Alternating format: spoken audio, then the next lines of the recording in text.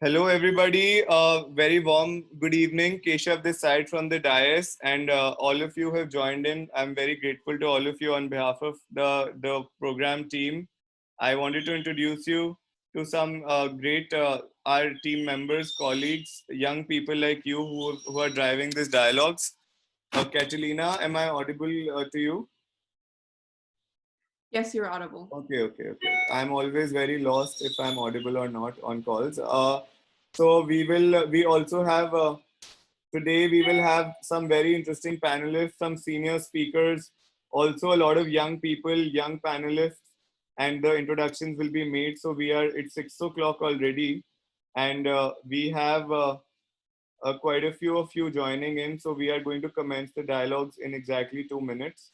And these dialogues are being going to be live streamed on the Dias Facebook page. We will be posting the link for you and letting you know once that happens. Please take due note that the call is being recorded and will again, as I said, being live streamed. So let's see. Dr. Mohit Sani sir is here from Sharda University. Sir, my warm welcome to you and gratitude to you, sir. Thank you very much. And sir, would you like to just encourage students, say any two words about 5 words, 2 minutes, anything that you want to tell the students and everybody who else will be listening in? I'm not knowing much about the participants, whether they are students or So they faculty are members. our students from Sharda University, and we have Catalina, who's our moderator from New York. Okay. Uh, and then we will have our colleagues from the dais from various colleges around the country. So that is the attendance, sir, for now. Okay. Thank you very much.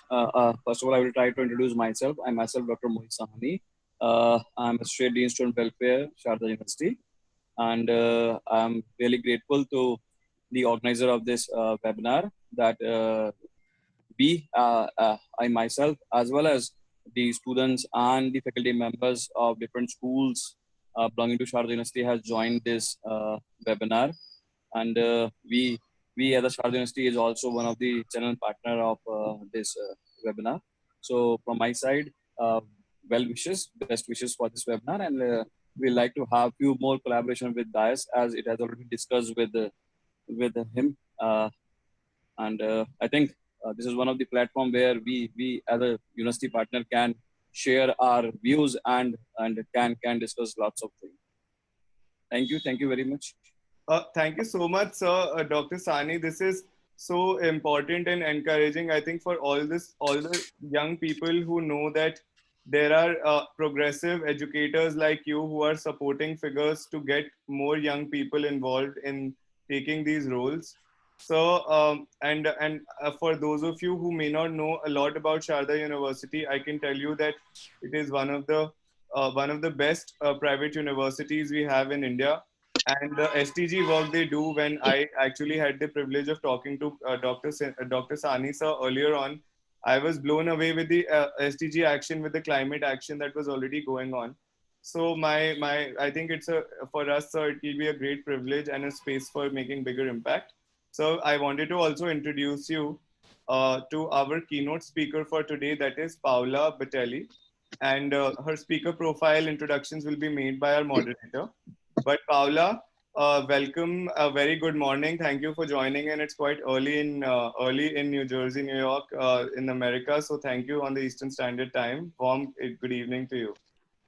Hi, good evening, and I'm so pleased to be here. I'm really honored to be able to speak with all of these very important educational institution representatives in India. For me, it's a dream come true. I was speaking to Kashav earlier, along with my daughter, who's the moderator, Catalina, and I was telling her that when I was young, it was impossible for me to think, at her age, that I would be able to engage in a conversation with somebody from India. I was living in Colombia back then. And so just the idea of traveling was almost out of reach, and be able to talk to somebody from a faraway place was just impossible. So digital technology does have its benefits, and I feel so pleased to be here. And I think that it's really enriching to be able to share views from different cultural perspectives and experiences. So I'd like to begin first by saying that I was very pleased to participate in the last dialogue. It was a very interesting dialogue. We were discussing mostly education challenges in the context of the pandemic. And I think that it brought to light a lot of issues which are important that I'd like to present to you first, so that we can then engage in a conversation about how the educational systems need to change for the future, not only in view of the pandemic, but generally speaking, in view of the attainment of the Sustainable Development Goals and the betterment of our societies.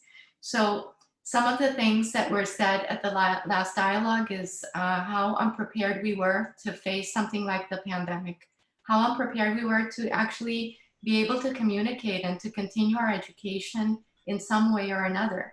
And some students had access to the technologies and schools had access to the technologies to pivot really quickly to this modality. Others didn't. And many were left behind, lagging behind. I know that many of the schools in Colombia, where I come from originally, didn't have the digital technologies to be able to do this. And so what the teachers and schools were doing were distributing like summer packets, printed pages with worksheets that the students had to do, readings, and then the onus of education fell completely on the parents who were already overwhelmed with work. So what happened? Many of the students simply lagged behind. They didn't catch on. They left their studies as something that was not important at the time because the family was overwhelmed with the whole situation. So it's going to be a problem to bring all of these students back into step, not only the elementary school kids, but generally speaking, also universities, incredibly, were not often up to par with the digital technologies that were needed to enable students to continue. So, and not only that, even if the infrastructure was in place in the educational institutions, sometimes the students didn't have the computers or didn't have the Wi-Fi. So what's happened, and actually there was a very interesting study by the International Labor Organization, and I'd like to call your attention to it. It's called Youth and COVID Impacts on Jobs, Education, Rights, and Mental Well-Being. It's really very interesting. I would like you to read it because it's based on a survey that was undertaken. And the conclusion, the most insightful conclusion, is that the pandemic has really deeply affected students worldwide. And it's hard to tell how they will recover, given that many of them might even drop out of school. And the youth that has been impacted, the word in the deepest sense are the younger children, women and girls, because many a times during the lockdowns they were charged with domestic chores and cooking and other affairs, and so it wasn't important for them to continue with their education. It was more important for them to be able to service their family needs, or the elderly, or the people who might be sick during the COVID. And also the youth in lower income countries for many reasons. But education was challenging for students in lower income countries to begin with, because many students, younger students, are pulled into the workforce early on during their lives. But if they had the chance to be in school, now they were definitely going to be pulled out of it. So in many cases, the pandemic lockdown didn't only mean that the children had to, or that children were set back in their studies, but also that they are going to completely drop out of the educational system.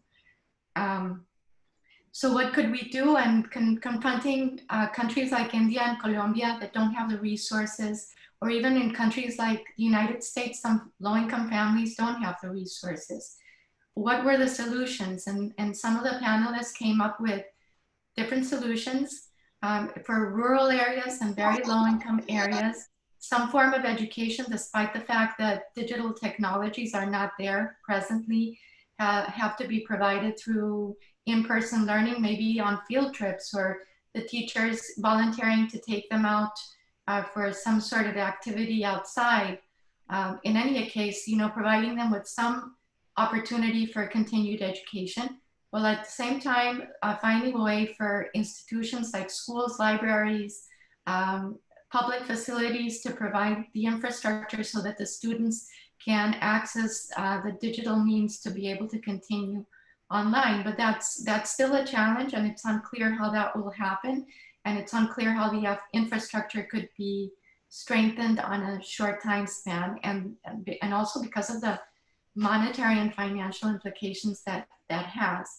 On the other hand, even though you might be in the most optimal setting with the best computer, the best Wi-Fi, students often found that it was difficult to shift to the online learning modality full time, and the teachers were not often prepared to undertake learning in this setting. So how can we improve that? What kind of educational tools can we improve so that students can continue with their education online if necessary?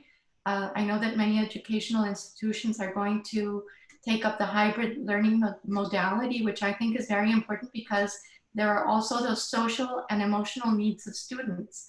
And, even for the younger students, if they don't have the social contact and interaction, I think they will lack in emotional intelligence. So the hybrid mode is really important. I think that even despite COVID, we need to have human interaction and the human touch, and also compassion, solidarity, love generally can only be conveyed in person, although I'm trying my best here.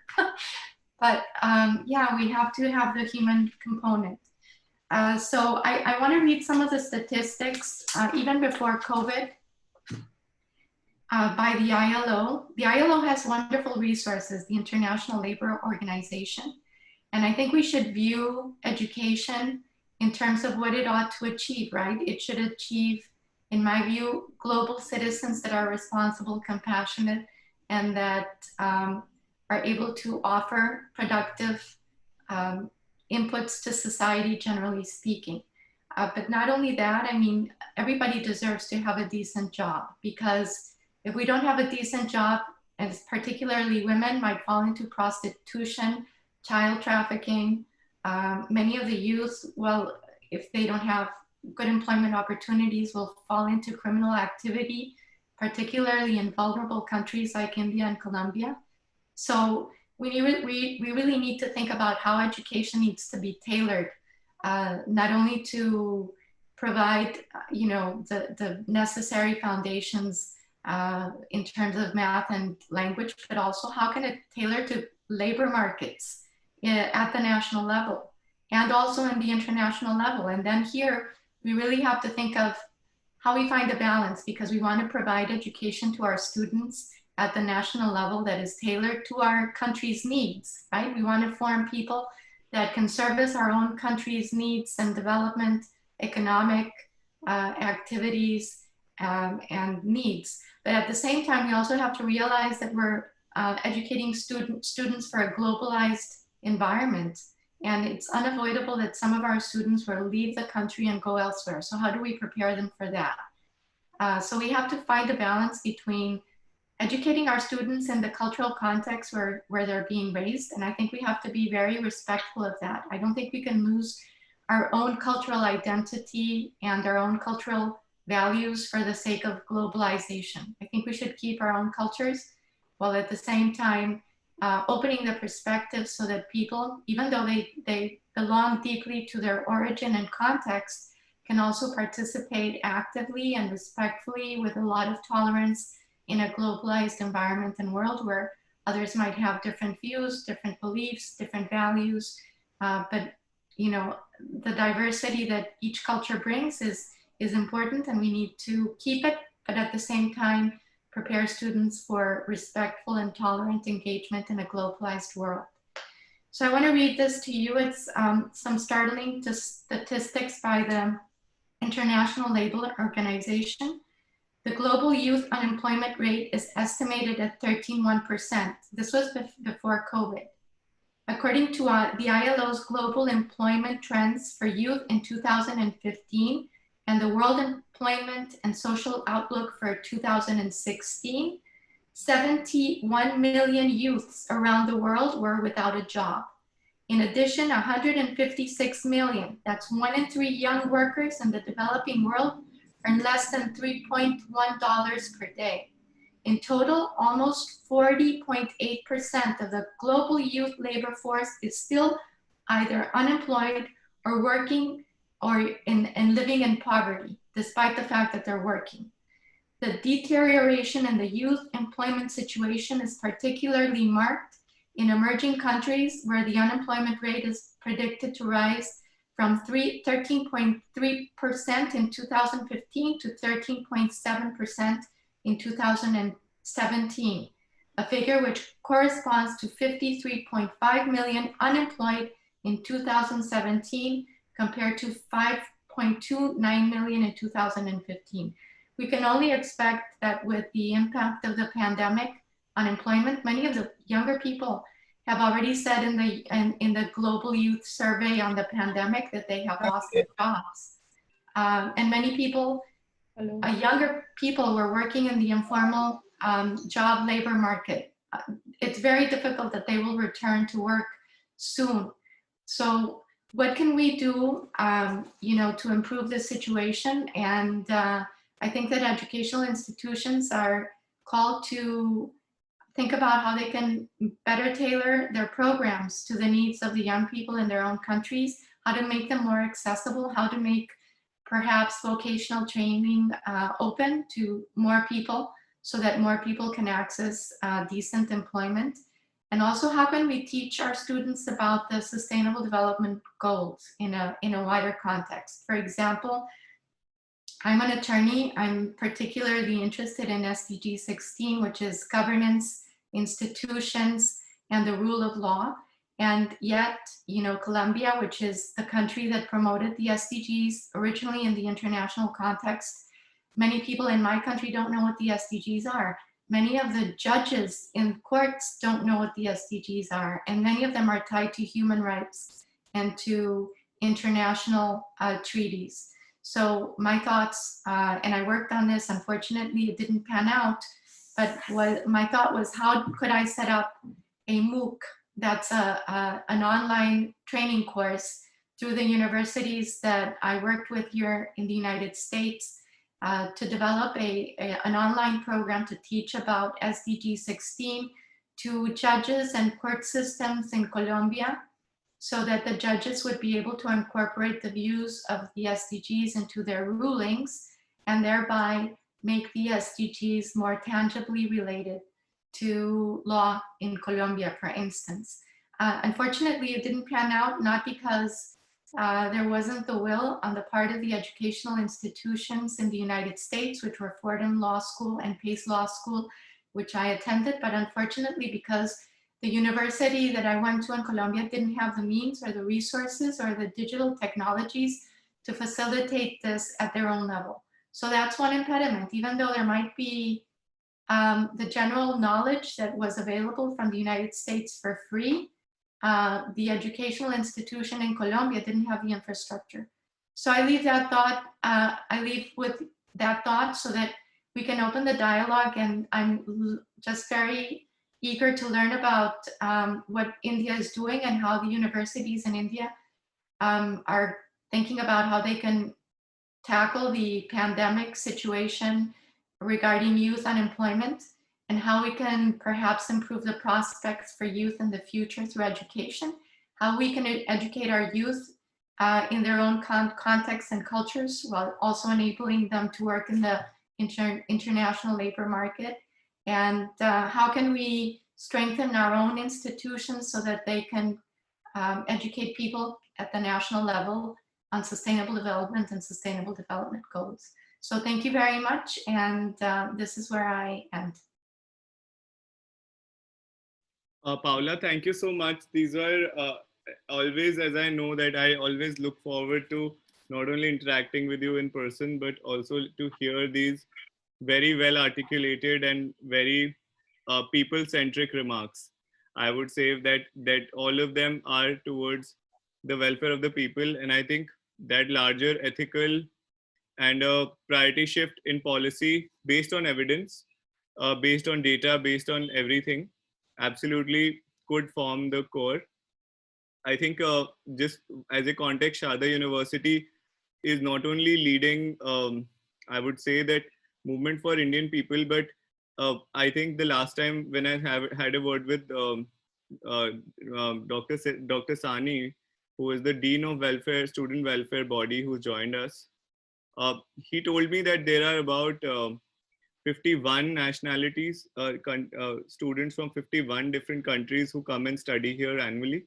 And I think, Paula, that way this is one place where we could definitely work at. I'm very happy to tell you, because you're also our program advisor, that we have worked out an agreement with an organization based in Guyana, which can host this MOOC and all our dialogues as the Voices program.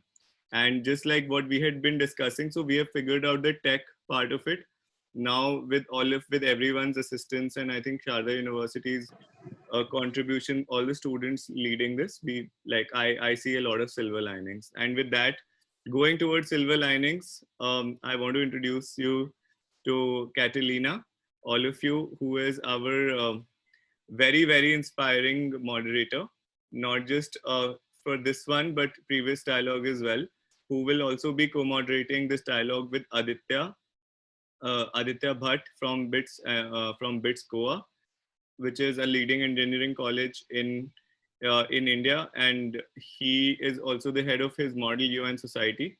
So both of them will be our moderators, and I think Paula, once again, let me thank you for also working with us to ensure that the linkage and progress happens on these dialogues and not just conversations. So that is a very big role, and we look forward, hopefully, to keep taking this ahead with you and your guidance. Catalina, if you would like to make a formal introduction to Paola as well while you're at it, and lay out the rules. And I believe that we have a very important speaker, Dr. Aarti, with us, who also has to leave for some reason due to her commitment. So we will also be hearing after Catalina introduces the session. Before we open this discussion to different comments, if Dr. Aarti would like to also share her remarks. She's, I believe, from the university, a senior professor from the university, Sharda University. So I think two great leading women leading the education dialogue stone, I think, is a blessing for all of us. So just thank you, Catalina. Now I'll only be later on coming on that. Greetings, everyone. First, I will do a small introduction about myself to let you know a little bit about who I am. Then I will introduce Ms. Paola Vitelli, who gave a wonderful keynote speech. Thank you for everything you said. And then lastly, I will introduce Professor Aarti, because I am in the understanding that she is under some time constraints, so I would like her to speak as soon as possible. A little bit about me. I am a high school student in the New York area, and I moderated the first education dialogue, and I will hopefully be moderating the rest of the education dialogues. And I'm very excited to be working on this initiative and listening to all the perspectives from the professionals and the students in India. So a little bit about Ms. Paola Vitelli. Ms. Paola is an attorney admitted to practice in New York, New Jersey, and Bogota, Colombia. She holds an LLM in International Trade and Business Law and an Attorney at Law degree. Working as a diplomat, she was one of the lead technical negotiators for the Colombian government in multilateral climate change, biodiversity, and the movement of hazardous waste negotiations. She headed the Climate Change Office of the Colombian Ministry of the Environment and was designated authority for the approval of clean development mechanisms projects under the UNFCCC in Colombia. So thank you for your wonderful remarks. Now, before I formally introduce the session, I would also like to explain the code of conduct, because now everything is conducted virtually. There are a couple different rules that we must all follow to ensure that the conversation is fruitful and it flows well. First and foremost, because we're on Zoom and it's all, again, a virtual conversation, we ask that everyone mutes their microphone to ensure that there's no background noise while another person is speaking. So when someone is speaking, you want to make sure that everyone's full attention is on that speaker. And if someone else has their mic on, you might hear noise in the background, breathing, anything that could distract from the primary speaker. So please, if someone is speaking and that is not you, mute your microphone so that we can give our full attention to the speaker. Secondly, please also be respectful of the person who is speaking and the conversation. We want to make sure that this is a collaborative conversation, and we are here to build ideas, to build understanding, and to build connection. So please be respectful of the person who is speaking and be respectful of the remarks.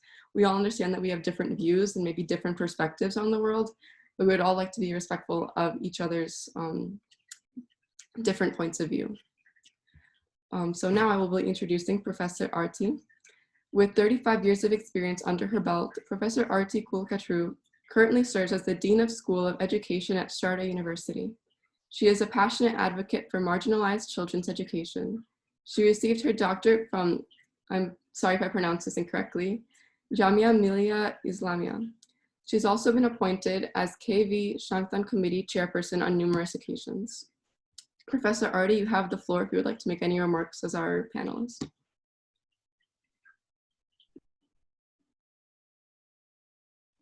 Professor Arti, I think you are muted. Good evening to all of you. I'm privileged to be here with young minds, bright minds, and innovative and creative minds who are here to deliberate on the issues which need our immediate attention. So I had been asked to speak on national policy of education, which has been recently introduced. It's just a month old national policy of education, which has been introduced by the government of India. So what do we see in this policy? Like there's a marked shift from the traditional approaches of education in this policy. We in India, unfortunately, over a period of time, we had this, still have this industry approach to education, wherein like we have hundreds of students staying in the classes, a single teacher teaching those classes, students coming from diverse backgrounds, students coming from impoverished backgrounds, but nothing much to be done with those students, like in terms of looking after their health, in terms of looking after their education. Not much exactly in government sector, though we have the government has initiated midday meal schemes and all that, but these most of the children, I'm sorry to say, most of the children come to the schools for these midday meals.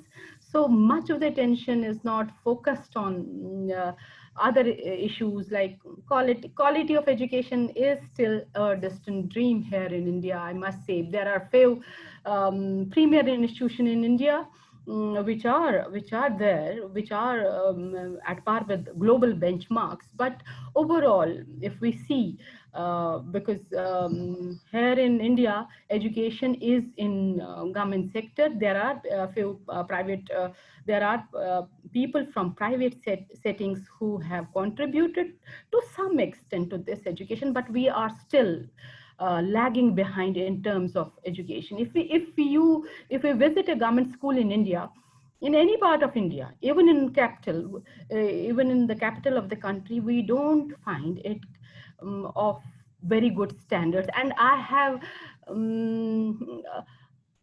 should admit it, we have not focused that much on education as it needed to be.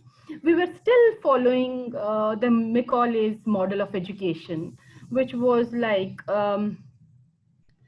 producing people who were little bit conversant with the English language, who could read and write in English language, who could understand this language, and who could work in this language. We are still following that model, and this model has been detrimental to our progress as a nation.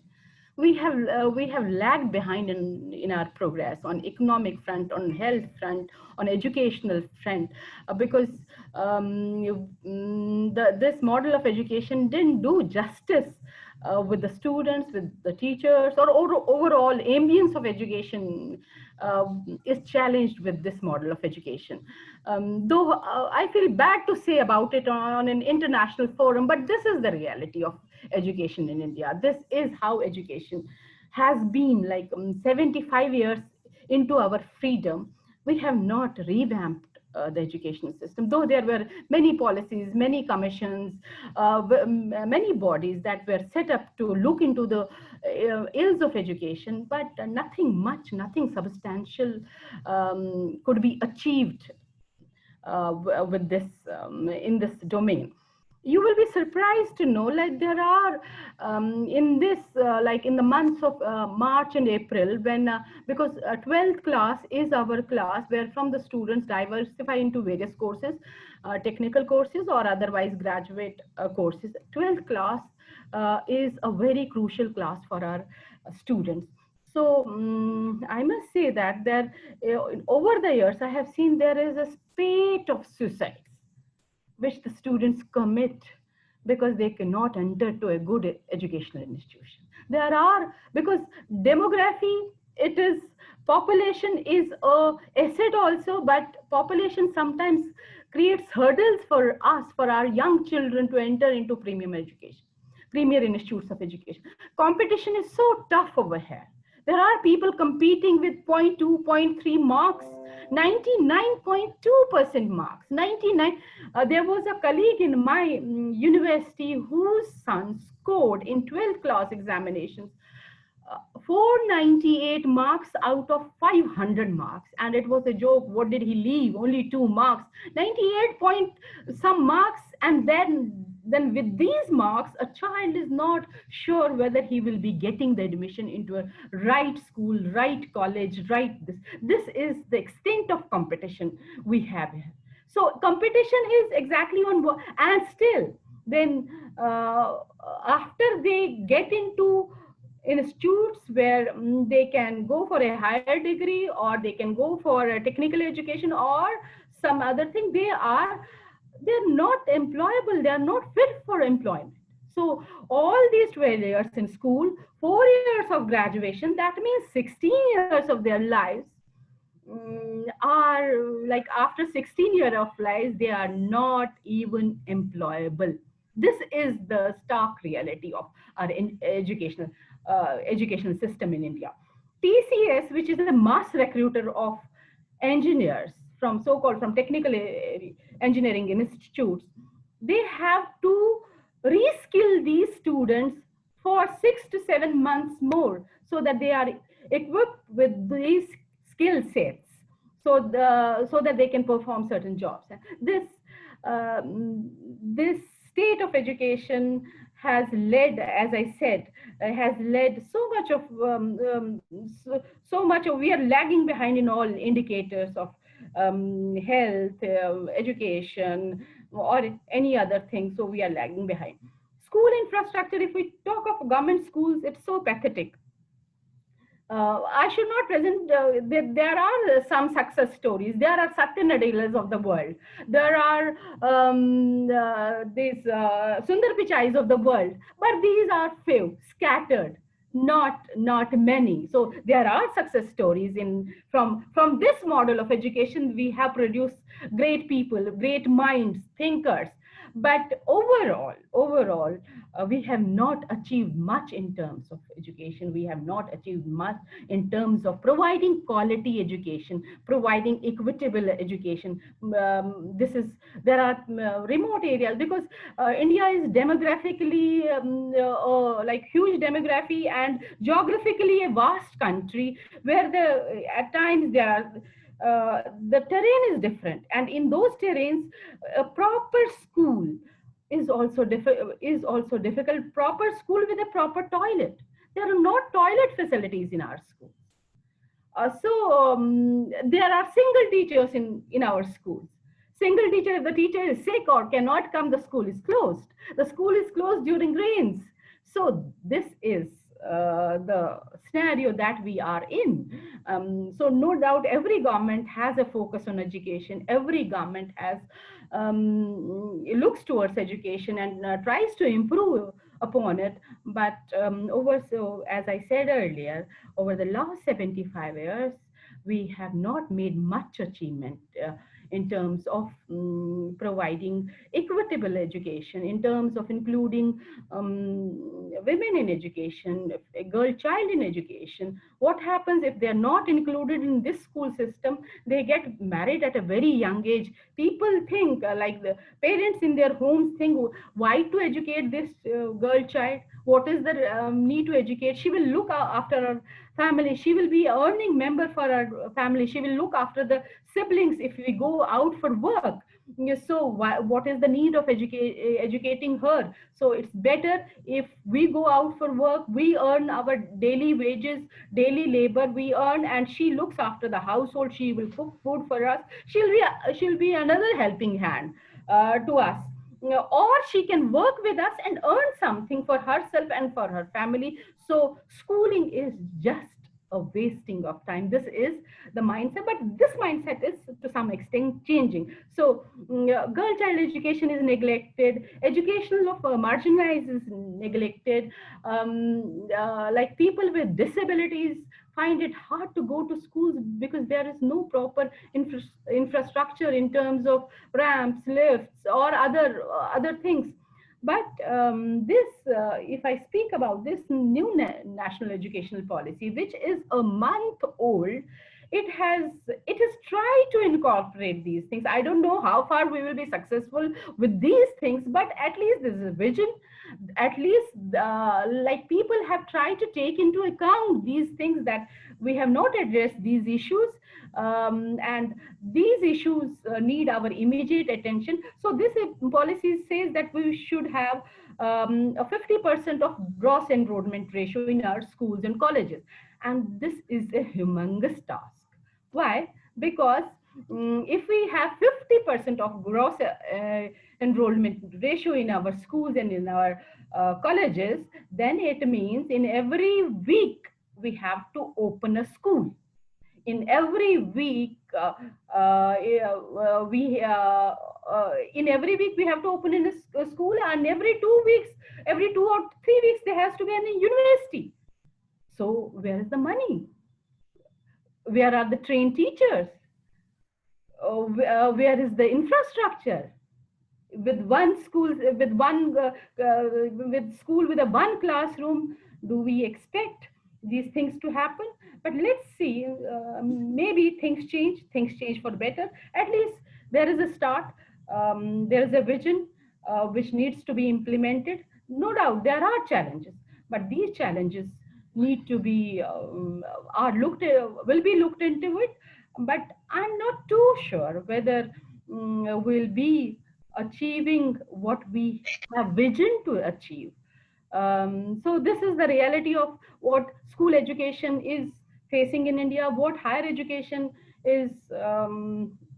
We are producing engineers, doctors, but I must tell you that they don't have required skill sets. They don't have required competencies.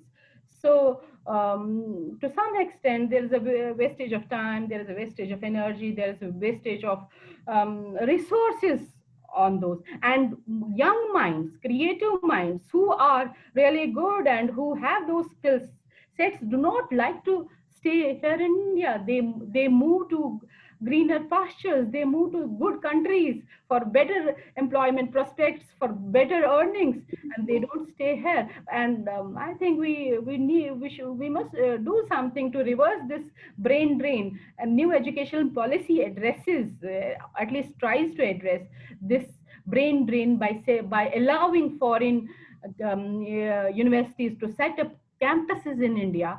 100 campuses they have asked. They are looking for 100 very good campuses from abroad who will set their campuses here in India, and at least our children get quality education, and will try to retain them here in our India, so that we can utilize their services for the betterment of our society and for the progress of our country. This is all. There are certain thoughts that have come to me, and I have shared my thoughts with you. Just, ma'am, okay, can we, if it's okay before you, I know that you're pressed on time. Is it fine if, Paula, do you want to say certain remarks to ma'am in terms of, because I know you're also doing the Covidia project on education. So I think these were the best sort of remarks I have heard in terms of all the reports that I've been reading. So Dr. Aarti ma'am, firstly, what a pleasure to hear you. Very dark realities indeed. This is a grim reality, yeah, but we should accept it. We should accept it. We should talk about it in the same words, ma'am. I agree. This is how we are here in our country. In this part of the world, education has these problems. maybe maybe we can do, you together, all of us together can come together and try to mitigate these problems. I think Definitely, ma'am. I would like to know from Paula also, like what she has a sense of now that she actually knows about it from you. Paula, would you like to say something? Yes, thank you. I think those are very interesting comments, and I relate to them in regards to the same experience in Colombia. In some ways, we're similar. We're not as large as India, but Colombia has a very dense population. It's in 40 million, more or less, for such a small country. That's quite dense. And unfortunately, most of the children in the lower income classes only go to school for the food. And this was just implemented recently, not too long ago, as part of the social protection systems, where the government would provide for, let's say, a morning snack and lunch. And that's the only reason why the children were sent to school. But if the food is not provided, then the parents don't send the children to school. Basically, the only reason they were sent is so that they would have something to eat. During the pandemic, this has become a real problem because the children don't have access to food, and the family often doesn't have the money to be able to buy the food for them. And so the children are sent out to beg for food. This is the reality of the situation. There are so many children begging for food in our country. It's really heartbreaking. It's hard to witness. And I don't understand how, the companies or the richer segments of society don't provide the necessary means for these children to have access to some form of education, even during COVID, or to some form of food. So for instance, I know that in some towns, the private sector has donated food for schools and children and has provided some incentives so that they're distributing lunches for the kids during the COVID pandemic with educational resources. So let's say a booklet that they need to fill out, or a reading material or something, which is something really interesting, and I think at least provides an incentive for children to continue some form of education, right? But it is a very big challenge. And so my greatest concern is during the lockdown, most of these children will probably not return to school if the government isn't able to provide the food or the resources that they need after the lockdown. And with the economic recession, I don't know if that's going to be possible. So that's a question there, but that's something that we have to work towards. And maybe corporate social responsibility, the big businesses should strive to do more in terms of education. I work also very closely on corporate social responsibility. It has been limited usually to labor practices and environmental performance reviews, and that's what the global report initiative follows. But I think global corporate responsibility should expand in light of COVID in terms of how can it help youth, generally speaking, through education and through greater employment opportunities, also to lessen the impact of the economic recession as a result of the lockdown. But it's a very big question, and there's, there are thoughts we don't have a solution as yet, but we need to think of them, and that's why we're here. I also think that religious institutions had a role to play. For instance, Colombia is a predominantly Catholic country, and many of the rural schools in the country were led by the church. Usually Catholic schools were available in rural settings, right, through the churches. Unfortunately, because of the separation between church and state, schooling has often been delinked from religious institutions, and I think that may not be the solution. I think it should be incentivized that our religious institutions could provide some form of schooling, even if tied to religious beliefs. But I think religious beliefs, personally, I believe, are the foundation of society. Moral compass and ethics are.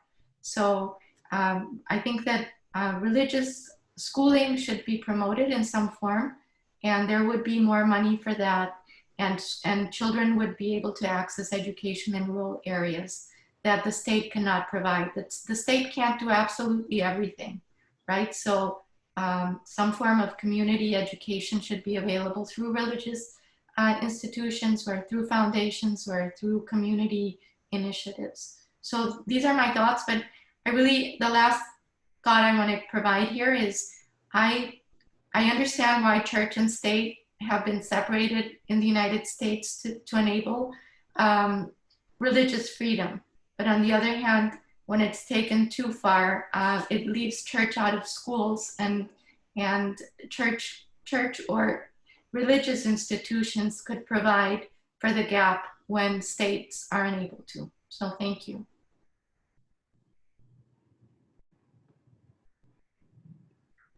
Thank you for your remarks, Ms. Pateli. I believe we will be introducing the rest of the speakers at this point. If Aditya, you would like to take over. And Dr. Aarti, if you would like to make your concluding remarks on our responses, that will be. And one request is for all the participants, everyone who's speaking, in the same spirit of what we can do, we are also calling to action. All of us as institutions, as people, as a collective set of people, we will be floating forms for that. So any conversation which leads to some concrete projects that we can implement with young people in the group driving them, I will be deeply, deeply grateful, Dr. Aarti, for your mentorship also in the coming time to do something about it, like you said. Sure. Sure, I'll be more than happy to be collaborating with you and my School of Education. Like, we have really good students who can come forward and work with you in a collaborative manner. Like my concluding remarks, like, yeah, there are challenges. There are things that we think are distant and far off. No doubt, the Indian government has been very active in doing all these things, even though during COVID times, I must tell you that even if the food is not cooked in schools, like food packets, dry cereals, dry grains are being provided to their homes. And there are the teachers who are distributing these grains. And we, at many times, we have put their lives at risk because during the times of lockdown and pandemic, these teachers were going from door to door to deliver the food packets. As the speaker said, like, the religious institutions must come forward. I must tell you, ma'am, like India, like it is a multi-religious country. There are many people who are a vast number of people practicing different religions. Uh, but like there are temples who have taken this responsibility upon themselves to educate children. There are religious organizations. Krishna consciousness, international Krishna consciousness is like spearheading the midday meal scheme, which has been government's pet project over here. They are trying to deliver the cooked food, nutritious food to the students in villages or in remote areas. Um, but having said that, that is not enough. Even though the government has been providing them with free ships, with uniforms, with books, or these study material, that is not enough. We don't have many teachers who are trained to address these issues and these challenges. Teacher training, which this policy has emphasized a lot on. It has first 5 to 10 pages. It has emphasized a lot on teacher training. Teacher training program here in India is in it needs much attention.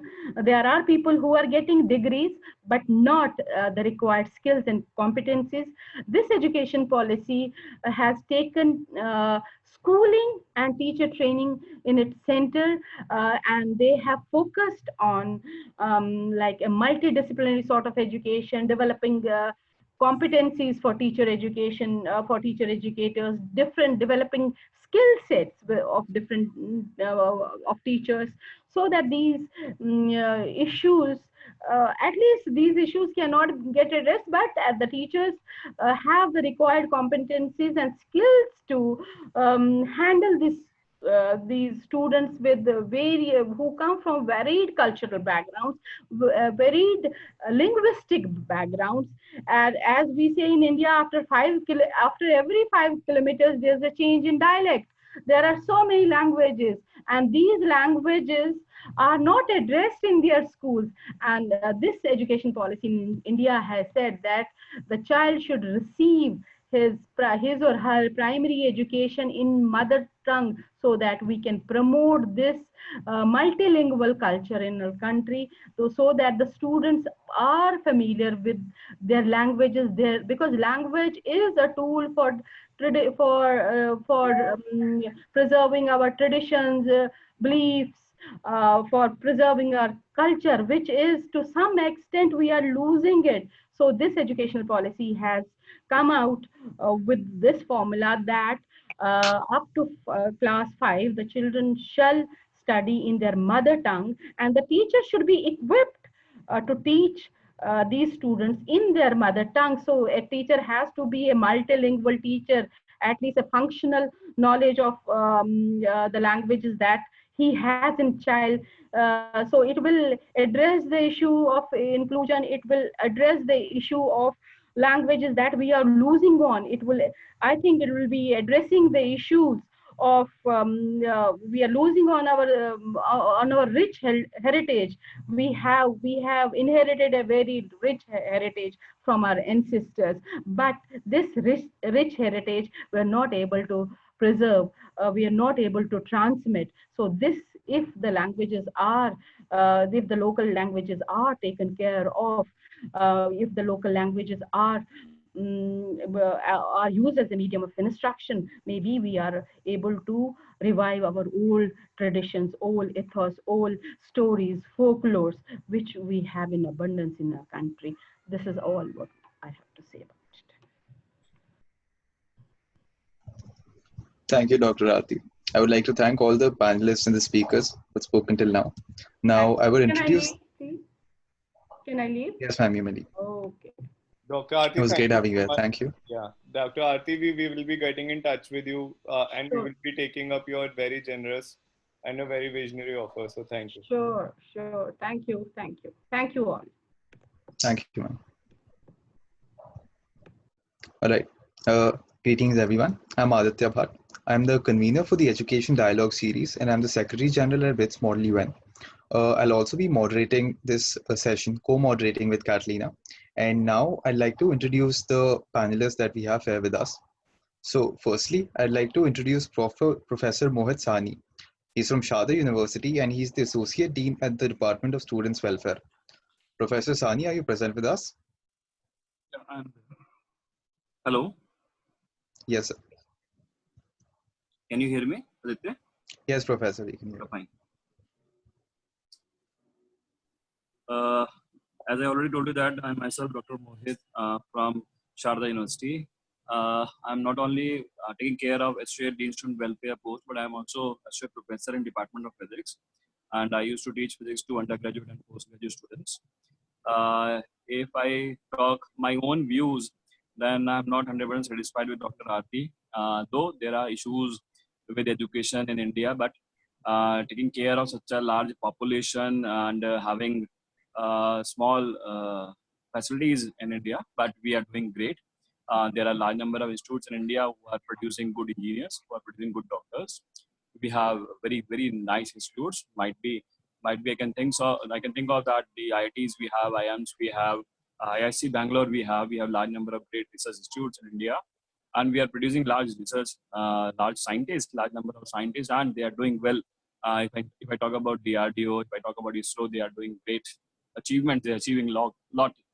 And if I talk about the ISRO, the achievement of ISRO in last 5 years is one of the best in world. I can say that. And the satellite we are producing, I think it is one of the best in world. Only few world countries can have such facilities which can throw these satellites in the sky and with such a successful rate. So I can conclude that according to me, India is one of the country which is progressing, and in next 10 to 20 years we would be leading the world in terms of education, in terms of research, in terms of engineers, in terms of technology. And I think even today, if I compare the world, we are standing much ahead from other countries, and I hope that in next 20 20-25 years, we would be leading the world. Thank you from my side. I think it's sufficient.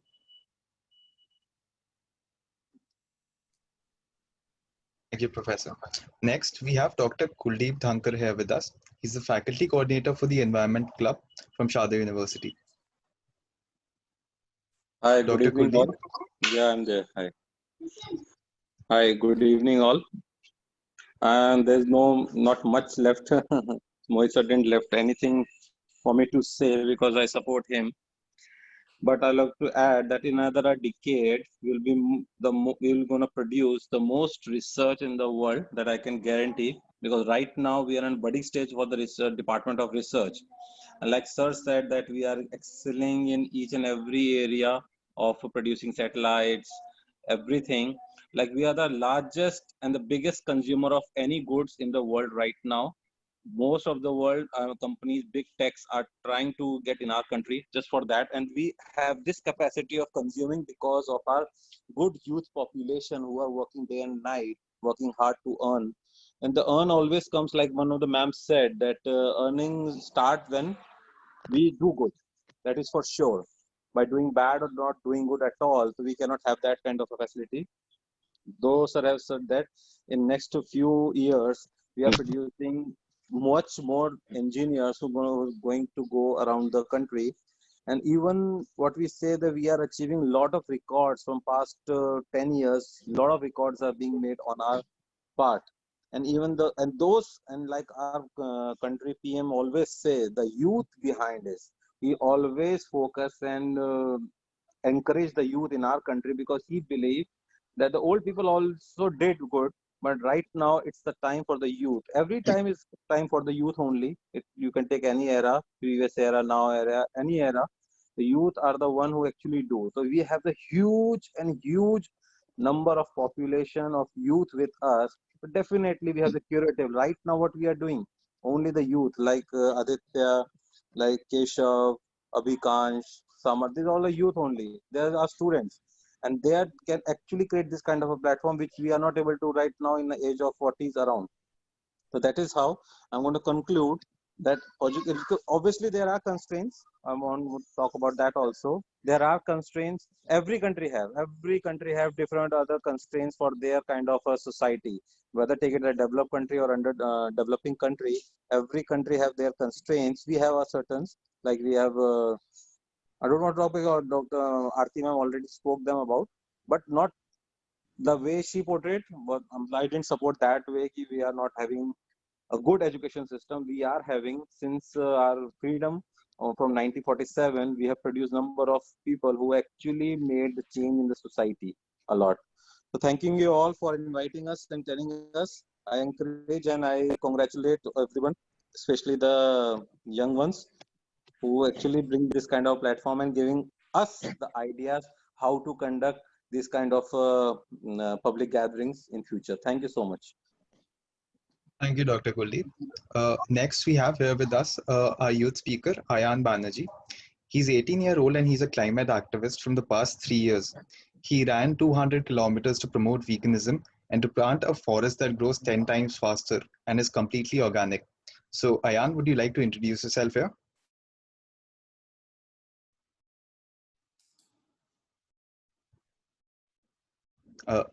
Ayan? Yes, definitely. And you've already given such a lovely introduction. So thank you so much for the introduction and giving me this platform. Yes.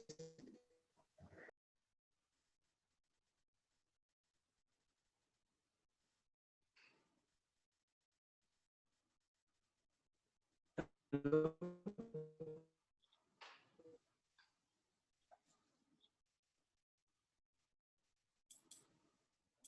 Can you hear me? Yeah, we can hear you now. Hello.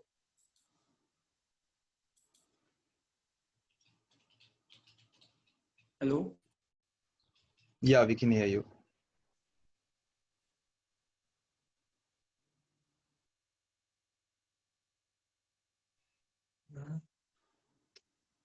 Ayan, you could maybe try to reconnect your audio again. Aditya, do you want to get Abhikansh in the meantime? Yeah, sure. So I believe Ayan might be having some connection issues. Next, we have our next youth speaker here with us. That is Abhikansh. Abhikansh is a student at Sharda University. Abhikansh, would you like to introduce yourself? Yeah.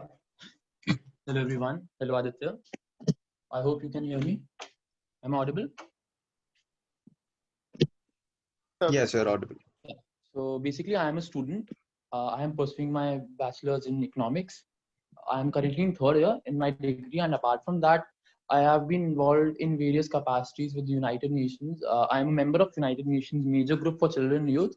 It's a major group of United Nations specifically for children and youth to involve in various processes. They can be policy making processes. They can be a parallel session from the General Assembly, and there are many processes. So I am involved in the United Nations Environment Program's Major Group for Children and Youth. We currently forming a midterm strategy for the United Nations Environment Program that spans from 2022 to 2025. It's a 3-year strategy that will determine that what United Nations will do and how will it function for those 3 years. And apart from that, I have also my own organization in my own city, and we are pretty much like work towards environment. And apart from all these things, like I'm really like inclined of talking about myself. I'm really inclined towards, badminton and other things as well in my free time. So yeah, that's all. Thank you, Abhikansh. Now, if we may get back to Ayan. Ayan, is your connection better now? Hello, can you hear me now? Yeah. Yeah, we Yes. can hear you now. Thank you so much for this wonderful opportunity and for the lovely introduction. I've been working like as a climate activist for 3 years now, and I would just like to give an advice that everything starts with you. Like India is a country of 1.3 billion minds. Like people say it's 1.3 billion people, but if you consider the minds, like there are 1.3 billion minds there, and we have the privilege to sit down and listen to such wonderful speakers and educators. So it's kind of our responsibility to pass on this knowledge and to do good with this. So and especially to start with yourself, because like I started everything in my school. I saved like one third. I reduced my school's food wastage by one third. Like we were getting 90 kgs wasted every day, and then I used to I went around and got to know what was the problem and explained to the students about the problem, and it started getting solved. Like we were having in 3 days after we got to know the problem and explained to everyone, the waste reduced by it became one third. We were wasting around 30 kgs or 20 kgs, and we still tried to minimize it. So what I am trying to say is that we have to start with ourselves and set our own examples. Only then we can make a difference. Thank you. Thank you, Ayan. Lastly, we have Mr. Keshav Gupta as a panelist with us. He's the founder of the DICE. Keshav, would you like to introduce yourself? Thank you so much, Aditya, and I'm so happy that so many great opinions and such grounded perspectives have already been brought in, very insightful remarks. And I think I probably agree with all speakers at different levels in terms of what has been achieved. If I can call your attention to the screen, I would just like to talk about a few pointers, and I've shared my screen. Can you all see the initial bit? Aditya, if you can help me like verify that. Yeah, your screen is visible. Right. So I think I just want to move like towards where the current context is. And I can tell you that in terms of my involvement on the evolution of this policy, I've been involved in certain consultations leading up to this since 2016-17. And I think there have been discussions for a while on how this policy has evolved. But I also feel that where we are today is a slightly different reality or a status quo where when this was being drafted. So I think that is probably the case with I can probably make a sweeping statement that all SDG indicators need to be reassessed in the light of COVID, because the current realities contexts have completely changed, and I'm increasingly seeing social schemes, international interventions still trying to align itself with a model and a statistics of the previous world, where key indicators and again, like where the grants come in, where the key projects start, are still aligned with welfare indicators that are quite complicated. And I feel that there is a strong need for us to reassess all of that in terms of a COVID world. And I hope that any legislation, whether it's an NEP or any other social legislations that do come in reforms, are mindful of that. I think what are some challenges I feel in terms of the status quo, as I've mentioned, that the COVID has shown like a mirror to the society in terms of the inequalities, in terms of the inefficiencies of the systems. And COVID is just one of those problems. It has so happened that the trigger is strong enough, the mirror is wide enough, and it's clear enough for everyone, because we've had space to also um, reflect over these issues. So while I agree with the previous speakers that yes, India has managed to do what it has managed to do, I think one man that we all respect would be Albert Einstein, and he was responsible for the only two nuclear bombs that have gone out, and he was deeply apologetic for it towards the second half of his life. And I think that goes on to show that there are limitations and challenges that emerge post integrating science and tech, which are also quite basic things. Now we come from a culture, and I think so does Paula, where those cultures are integrated in the institutions, through religious institutions, through family systems, and so on. So we have seen that those stronger values sometimes get more and more weak with alienation that emerges from urbanization, modernization, modernity, this idea. And these are things which have also led us to become a little apathetic towards the larger population. So when we are talking about recovering from this world, we are not talking about recovering people or communities. We're talking about recovering the economy as a larger discourse. So the words we use really matter. They reflect what keywords are in a particular policy. They reflect the intent of it. The preamble is important to be studied, not just the operative sections of this. So we have currently, when the COVID has hit us, the problems which are presupposed to be basic, let's say, access issues like food, are again being challenged. So education comes, like we have recognized here, secondary, because people are coming to schools for eating, where hunger is a big problem. So I feel that because a lot of these issues um, are amplified at the base level, since we can't get hold of the access issues, it's going to always be a chicken and egg situation, where a girl will never uh, go to a school when menstrual health is not taken into account as a infrastructure within that school, which often is the case with bad toilet sanitary conditions. So I see intersectionalities, linkages with certain critical goals, and to see the real progress in quality education, because it's not just education as a SDG goal 4, that the word quality has to be expanded and reassessed, I believe, in terms of these issues. Now biodiversity is, for instance, another issue. Unemployment is another big challenge, and these are only issues which have just started off. We don't know the socioeconomic implications, the fallouts of it in the longer run. We are still only seeing it unfold. Case in point would be the mental health aspects of all these Zoom calls we are on all the time, or the TikToks and the Instagrams, which are shaping the perception of how social media is more important than actual project work. So we have like young people telling us, why are our digital media posters not out, rather than discussing what they can do in this project for uh, for the project or for the people. So I think that shift must be there, and it must be fast. Now, what was the role of this education policy prior? I felt was building the society, economy, democracy, harmonization between people. In India, as ma'am was talking about earlier, the Macaulay's education, I think added to that was this big shift on human resource development in India rather than education.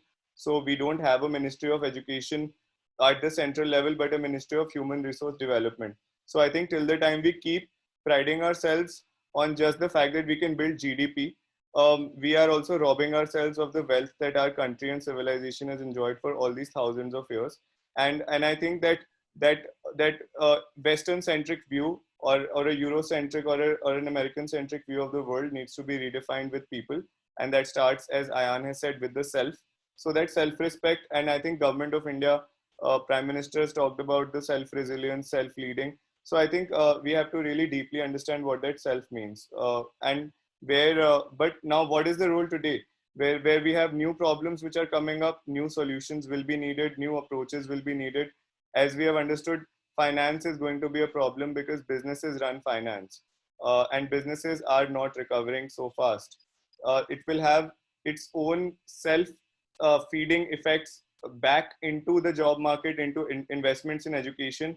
And we have seen that unless, as Paula was talking about the role of corporates, that has to be reassessed in a very collaborative way with the governments, with the communities, to see how that mutual value is built for everyone, and how that could maybe be a starting point or a foundational point to rebuilding this whole thing. And an organization like Global Compact, so I think play with ILO play a major role, but with all due respect, there are silos, as we understand, within these organizations, inside them and outside them. So there has to be a greater. I haven't heard of a single forum so far where all these organizations have explicitly sat down and talked about how to align their COVID responses. And I've seen like very different kind of COVID responses and policies. So maybe some alignment needs to be there. Now, where is these things where they don't work? I think which is the disconnect that I saw between the prior speakers. In conflict regions, this doesn't work. We work in Afghanistan. I have been there personally, seen bullets being fired at people. Doesn't work. Technology will not work. If you don't have a power station is blasted out from terrorist attack, your online technology will not work till the time the power comes back for a week at least, which takes week, 10 days in many cities. Systemic challenges include online education not being recognized at master's level for many countries. Afghanistan, prime example. And these are again regulatory issues. Internet is not available. So telecom and any ancillary supporting industries are again things that play a big role. So I think that to empower any new education policy or any education policy at large, there are certain commitments that have to be made prior. So I think the last thing I will say is a few challenges that we face that I feel, and these are my final comments on this, are that right now a lot of children and youth are exposed at risk to get out of the institutions for various reasons that we all understand. There are adjustment issues which are still untested, so we don't know how to deal with them for now. There are systemic personal social adjustments that everyone has to make during the COVID pandemic, and any policy must be flexible for now, have an open space for amendments, quicker amendments, stakeholder driven amendments. There has to be a linkage between education industry. Macroeconomic challenges are things that you can't hide away from and have to be incorporated as priority shifts for the government. That inflation control is important, but education investment is also important. So maybe defense is the place where we can cut it. Finally, I think creating solutions problems which are to the bigger problems are also important, because sometimes you're so focused on the little issues locally ahead of us that systemically we have failed. We've often seen multilateral institutions fail. Finally, I think the nature of economy is changing, the nature of jobs is changing.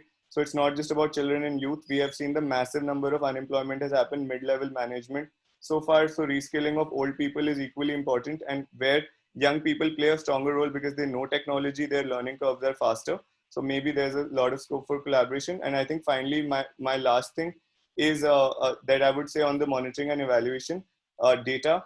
It has to be a policy-driven sort of approach, data evidence-driven approach, and it has to be scientific. With all the works that we are doing, it still has to ensure that no one is left behind.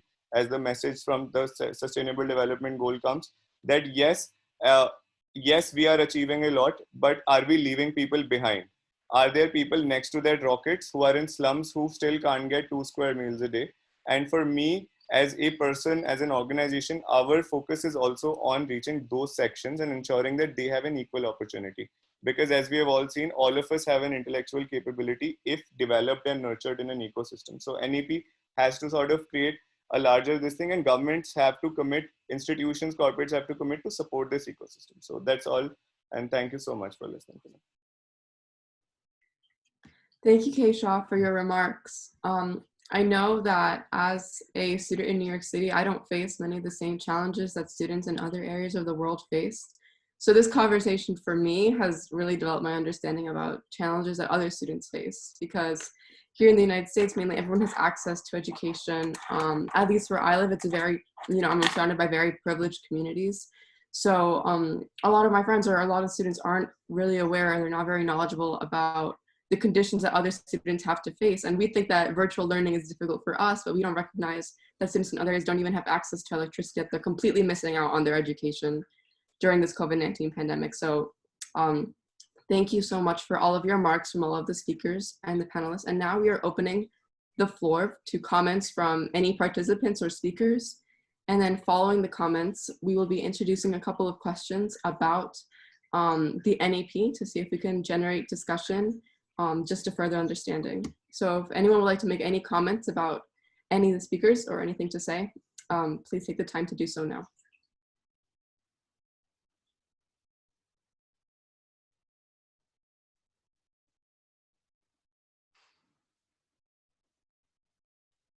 I'd like to speak if possible. I would simply just to make a remark on what Keshaf said. First of all, I really appreciate your holistic view of things. I think that's the most important thing regarding the intersectionality of issues, and the fact that maybe the emphasis has been placed mostly on the economic aspects and the employment aspects, including my own view. But I completely agree that we need to change and shift our perspective towards values that are different. The more values that are geared towards resilience and empathy and interconnectedness, because I think that we need to work together to be able to solve these problems. And I agree that the UN institutions, only the Secretary General speaks for all of them, but maybe the UN agency should get together and get a more holistic view of the situation. So I appreciate your comments, and I think they were fantastic. Thank you, Kishore.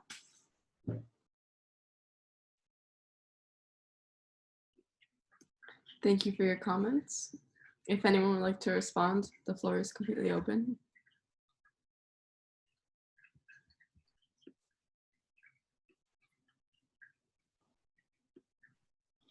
Okay, seeing as there are no comments in response to the panelists, we have prepared a series of questions about the NEP that will hopefully help further understanding about the policy, the pros, cons, benefits, and as the topic of the session is the socioeconomic benefits.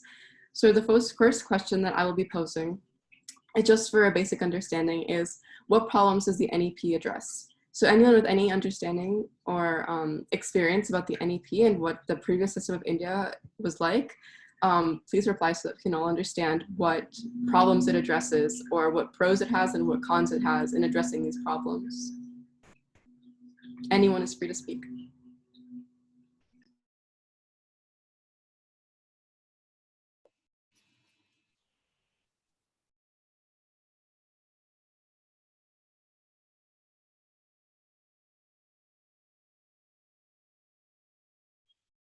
I think, Catalina, if no one's speaking, that I'll just put in a quick word on this. I feel that one of the critical shifts has been also in the structure in which the curriculum sort of were, as you have also rightly pointed out in your presentation that I went through earlier as well. So there is a change in structures. It gives a little more freedom in order to sort of ensure that students learn what they also want to learn, which sort of makes them a stakeholder in the process. So I feel that that's a good sort of positive takeaway. I also feel that there is a focus on service and volunteering as one of the things is relevant for youth that I can talk about, and experiential learning.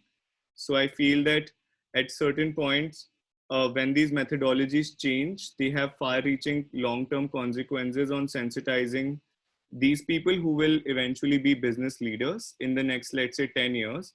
They will be the same people who will govern the agenda, whether it's a political agenda, economic agenda. So I think that there are some immediate short-term results that we are looking at, but the far-reaching long-term things are also, I feel, which could create like paradigm shifts instead of a simple shift of economic growth. It will create a paradigm shift of another very big leader like Gandhi coming in, I guess.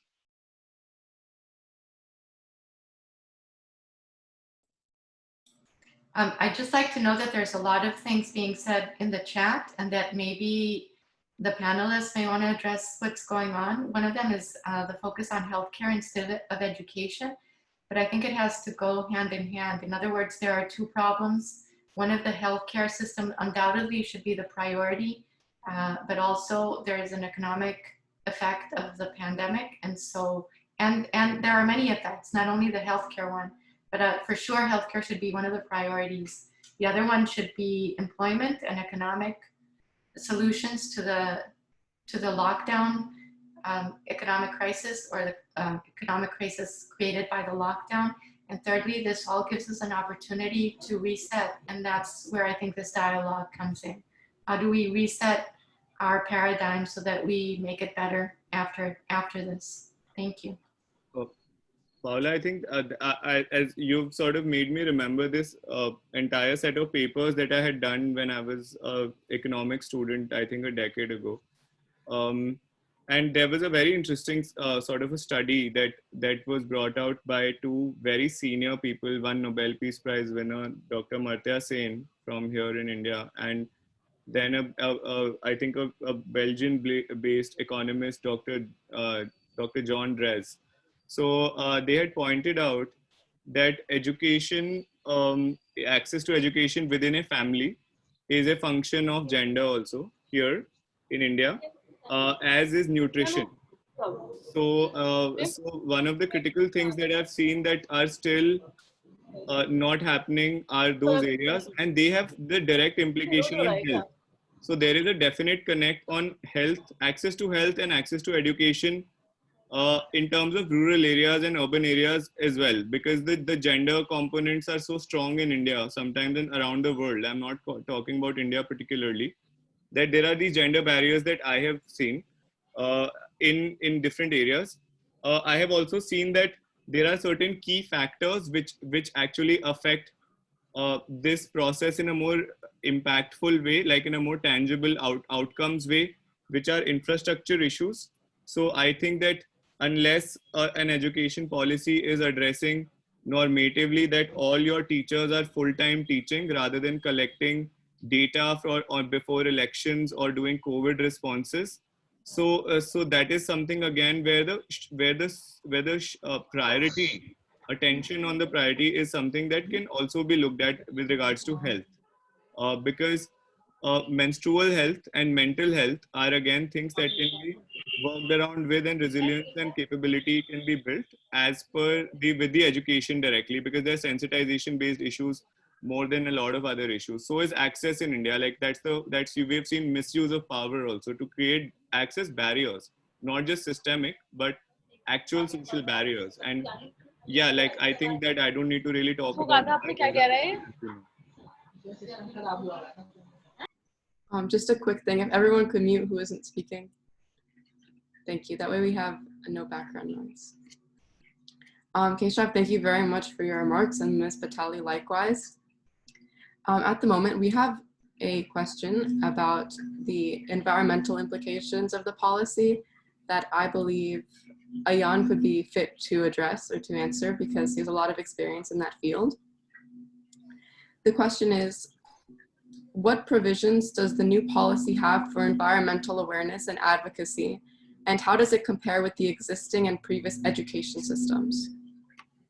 The question is open to anyone who would like to answer, but Ayan, if you have anything to comment, that would be greatly appreciated.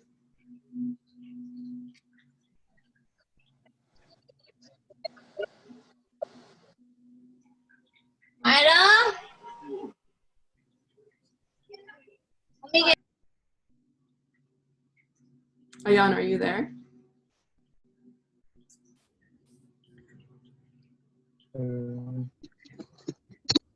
Ayan isn't there. Abhikant, would you like to answer the question?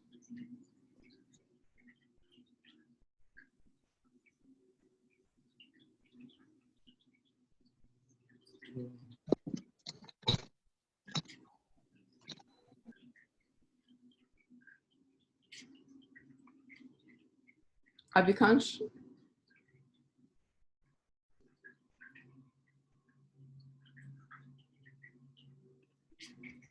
Okay. Okay, I think he might be having some connection issues, it seems like. Catalina, you know, there's a very interesting comment from Manisha. Manisha, would you like to talk about this? And Suman Sudhaji, or if you're a student or a faculty, I'm not sure, but we are seeing these remarks. Would you like to take the floor and speak with us? We would really like that.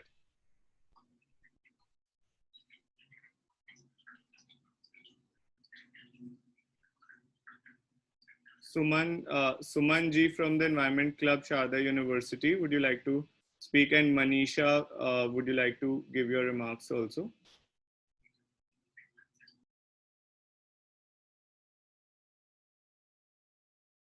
Okay, oh, that's a question. So I think what I can see in terms of human rights, the question is like Manisha has made a remark that human rights will increase more. So I think as Paula had initially commented that that even the judges in many places may not know about SDGs. Even the lawyers may not know, industries may not know. So I think that education um, sort of consists a lot of base for all of these issues, and the more layered it is in different ways, the more wider it is in terms of our outlooks. So human rights can also then arise from within you as a system to be upheld, that we respect and we work for. So certain of these, a lot of these are enshrined in natural laws, in morality based things that religions also teach us about helping the others and not harming them and so on. So there are various places where this education can come from, but I think we need to see what we also see as education.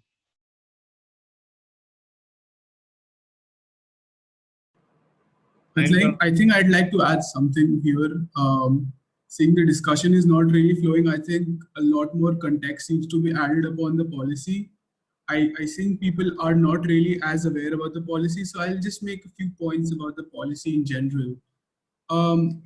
So one thing that everyone should know, that this is the first major change in the last 34 years, considering our education policy. The first in 34 years. Let's have the weight of that settle in. Like, how far back are we? That after 34 years, we're trying to redesign now. So obviously, if you look at the policy as an overall, it has a lot many pros against the cons. If you go ahead and compare, so very striking differences with the compared to the previous policy is how the government is trying to incorporate the industrial knowledge and how vocational aspects or vocational training could be a part of the entire system here. So vocational studies is something that's a very important point. These are industrial specific skills, industry specific skills that would be taught from a very young age. Like students would start learning coding. You would start to learn coding by the time they're in grade 6. So that's, I think, a very big advancement. Another big change here is that previously we were like the streams here, it was very simple. It was commerce as in the finance, it was science, and science would branch out into engineering and then the medical side. And then there was the arts section where it would be fine arts, and the social sciences or the humanities subjects, right? So it was very specific. It was not at all multidisciplinary its nature. So now the government is trying to remove this barrier, wherein now you can have access to, after once you are done with your 10th standard, now you can branch out into these various streams and have your pick of subjects. And once you're in your undergrad course, you can now also select what your minor subjects are and what your major subjects are. I think that's something so important, and that really sits up very well against the European standards, European or the Western standards, and that's a really competing point over here. That now, given, I think, being an Indian, I really believe that we Indians have a lot more intellect than the world. I think that's that's just my way of thinking. And now when we have a policy to facilitate that intellect, that really makes me happy. So now a student can have a really vast portfolio of knowledge that is a very, very important thing. And another few important points here is that now the 10th and 12th exams are being remodeled, as in the weight.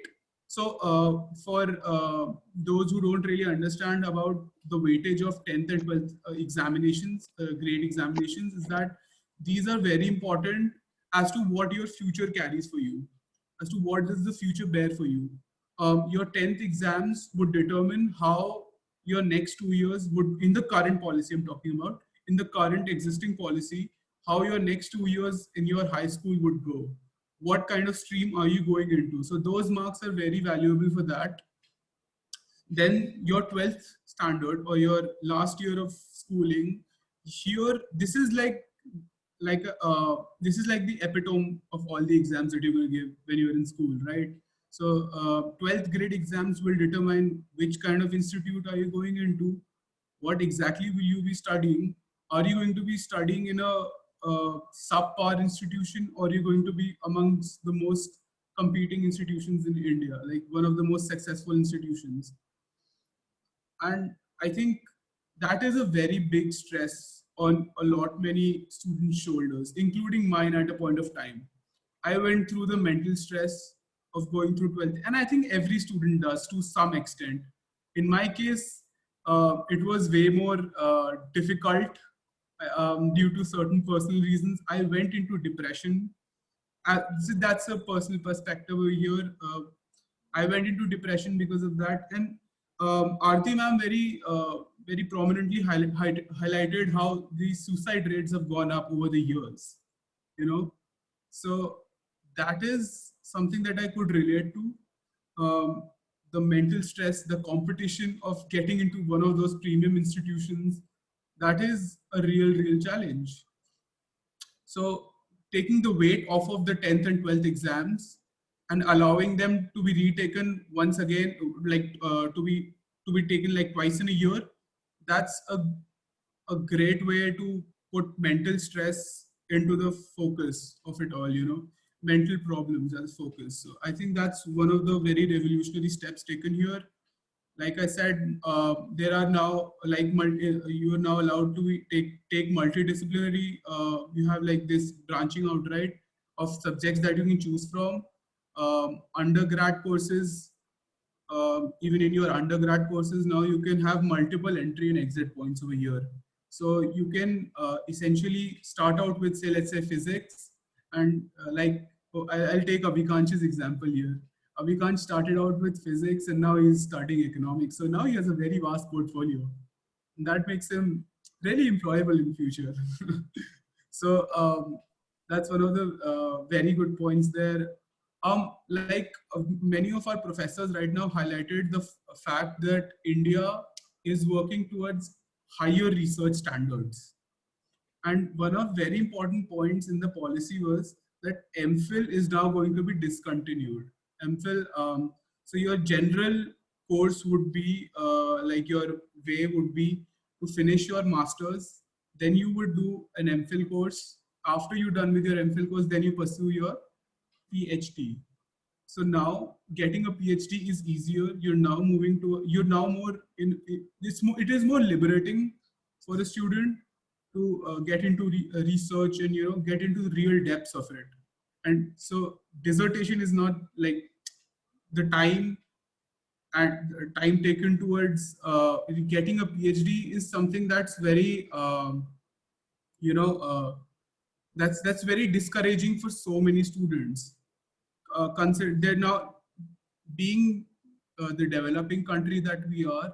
Students have this mindset of I'll immediately get a degree and then now I have to start working somewhere because now I have to earn for my family. So that discourages so many students from getting into research, even if they really feel for it. They have a desire for, if they have a desire for getting into research. And talking about that, the government also now plans on increasing their GDP expenditure, which is somewhere near like 1.75 to 2% right now on education. That's their percentage of GDP that is being sent towards the education aspect. I think they plan on increasing it to 6% over a period of time, which is undefined for now. So I think that's another important point. Financial backing, obviously, financial backing and funding towards better allocation of resources um, is very, very essential. It directly leads to economic growth. It directly leads to um, making world leaders. So I mean, these were some of the points that were different from the previous policy, and I thought that it was important that this context should be out there for everyone to understand. Thank you so much. Thank you so much for your comments, Samar. That was very insightful. Now, Avikansh, would you like to speak?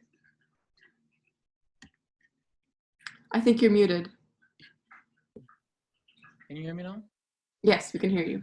So, hello everyone. Thank you, Katrina, for raising. And hello everyone. I would like to start with what Ayan said, that India is now a country of 1.3 billion minds and not 1.3 billion people.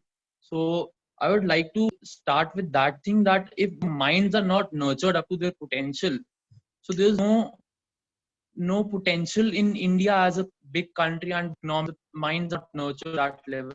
People are not educated. And by education, I don't mean just on record proving the literacy rate.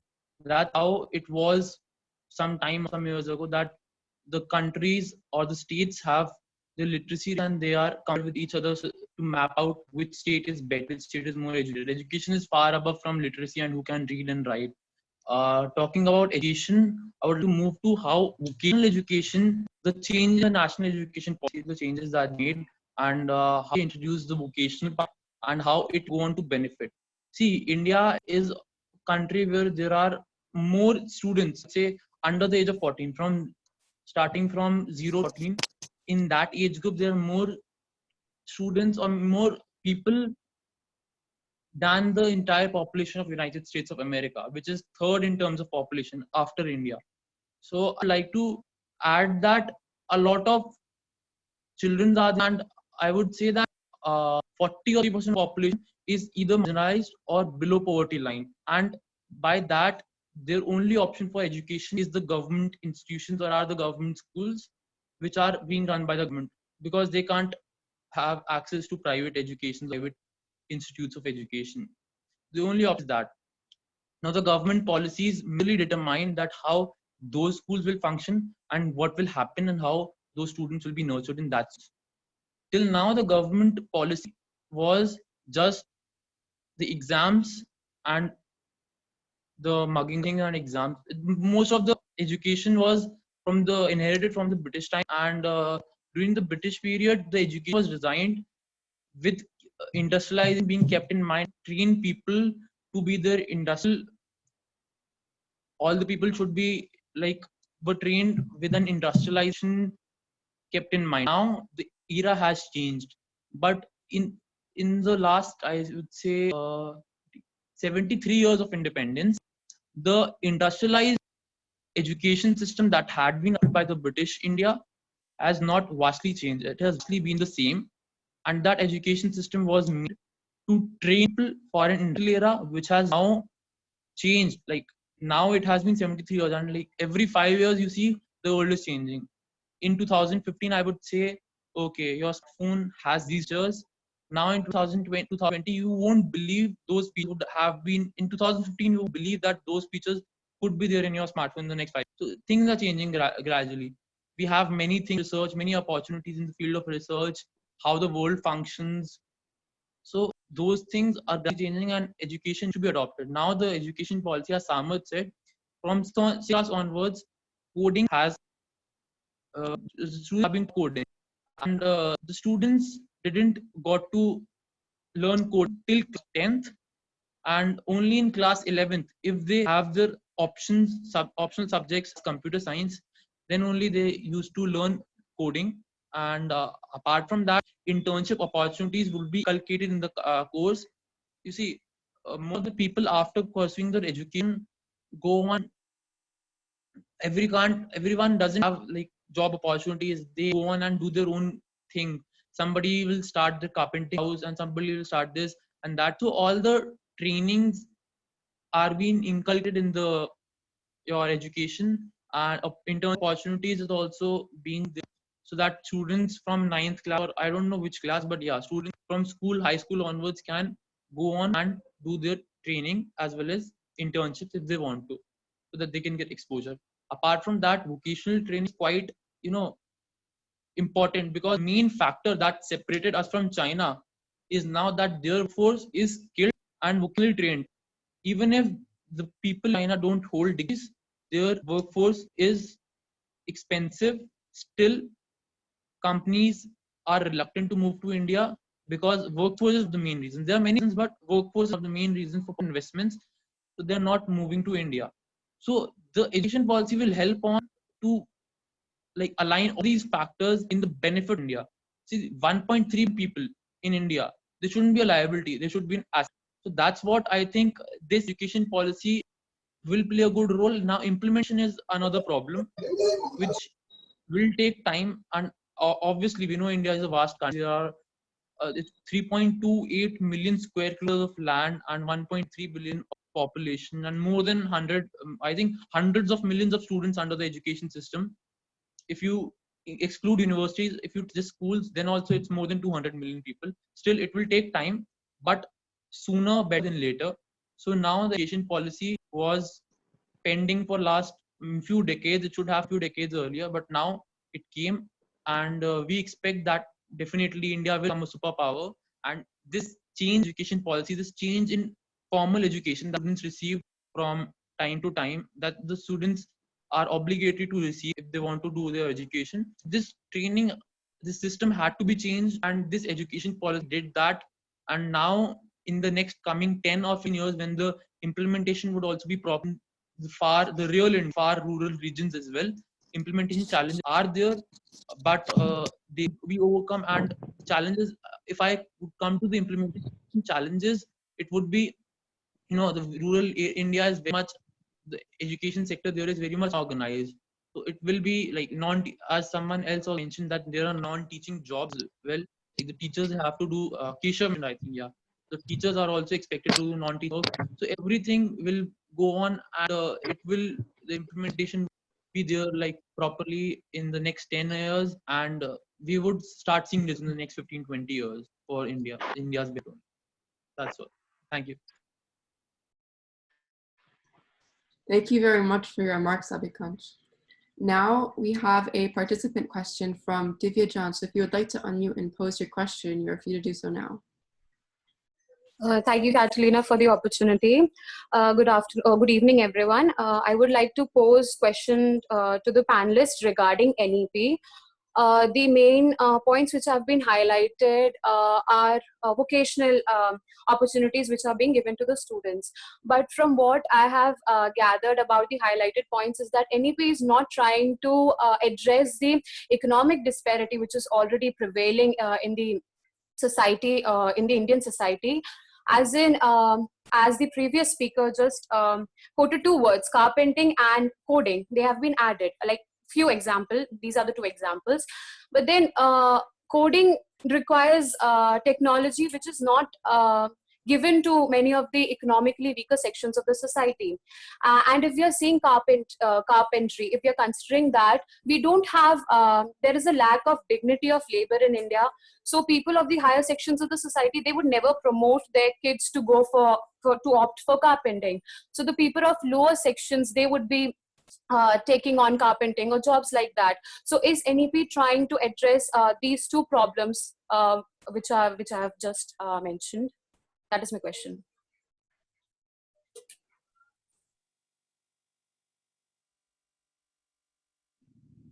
If I can answer that, Catalina, with your permission. Yes, we just share a perspective around it. That is that sometimes you have to understand that it can't also. That it is based on many other departments, ministries, and their own respective policies, which are also set in a certain timelines. So if you have a health infrastructure which really needs to be improved, so health policy is important. So maybe that alignment of these different policies and different government like departments. And I think in my own experience with the governments, working like with closely with them last few years, I can tell you that there's a shift in even their understanding, with more and more young people going to civil services, and becoming these governance fellows and so on. So there is a definite shift in which these silos are still like being broken. At least it is recognized nowadays that there is this word called as a silo and it must be overcome. So I've seen more interdepartmental sort of scopes now that are more than ever. I think the whole policy shift of the world on the sustainable development goals itself is quite reflective that all goals have to be addressed together. But again, I'm not sure how it's a, like Abhikansh had said, that it's a very big country, and lots of departments, lots of languages, lots of working cultures, lots of values of implementation, lots of different economic priorities and segments. So how that alignment happens, the government has to really like play a pivotal role in mobilizing, because they already have the administrative setups, they have the ashas, they have the teachers, but in terms of the willingness, I also feel that realistically everyone's suffering through COVID, whether it's the economy or businesses or people. So certain things have to be, like I'd said, I'll tie it into the first thing that I'd said earlier on, is that there are challenges that have to be addressed together, not as challenges themselves also, but people solving those challenges. So we need to look at, instead of stakeholders, which still means that they will still operate as per their stake, we could look at maybe partners and and collaborators moving forward, in terms of, rather than calling them stakeholders also in the process, because stake presumes a very strong relationship. And if corporates don't have a lot to gain, if their own internal training for the 300 people that they might recruit the whole year can be done at their own internal level with a Harvard professor, I think that they don't have any incentive, honestly, to go and train rural kids or young people and even look at them. And we have seen how all these big companies don't go to every college to recruit, they go to very specific niche institutions. And similar thing exists in the US economy all over. That's why Ivy Leagues are what Ivy Leagues are, and why everyone wants to go to 3 business schools only in the US too. So that's it. That importance of people and their ideas must also be recognized, and we have to get over the archaic structures of institutions, because honestly classes are not happening today. So how that education model goes, value as per job requirements, industries can, like Google and Apple now accept people without degrees based on their ideas. Startup systems have come up which are cognizant of a good idea which pays rather than a good. So we saw Ritesh, like Oyo, was a good example of that. So plenty of good opportunities. I'd just like to know from all of you, that do you feel confident or assured as young people that currently the situation and moving forward, what are the silver linings that you all see, and what is it that you would like to do about it? Because that closely ties into our call to action, I think, which, because we are concluding our discussions as well in the second half of it, will be a critical area. So Catalina, Aditya, if you can also get that kind of question, like responses from the audiences, what can they do? What can young people do around it?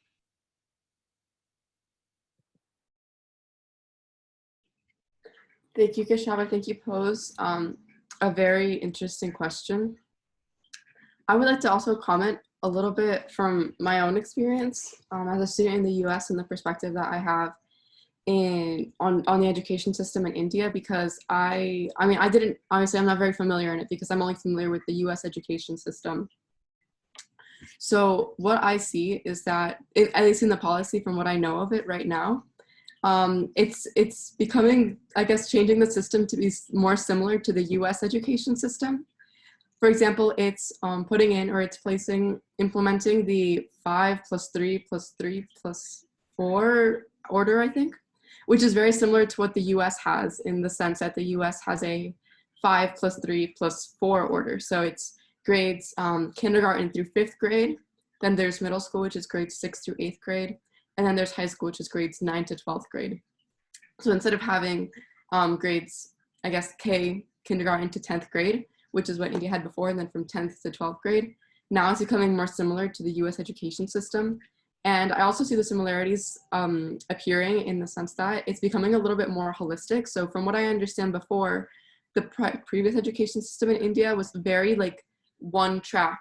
So if you committed to a certain field, or let's say you're going into STEM, science, technology, education, mathematics, you would have to stay in that field, and there wasn't really any place to explore other interests. So your interest had to be very geared and streamlined into one focus, which is now changing, so that, you know, if someone wants to study I don't know, fashion, but also explore physics, they could do both at the same time, so that way you have more well-rounded students. And I think that's very similar to the US education system, because in my school personally, we have classes, we have a lot of electives. So in 11th and 12th grade, a little bit in 9th and 10th grade, but mostly in 11th and 12th grade, students are encouraged to take electives in their interests. So there's electives in art classes, language classes, you know, English, history, science. Even in science, you can learn anatomy, biology, physics. And art, there's like in art there's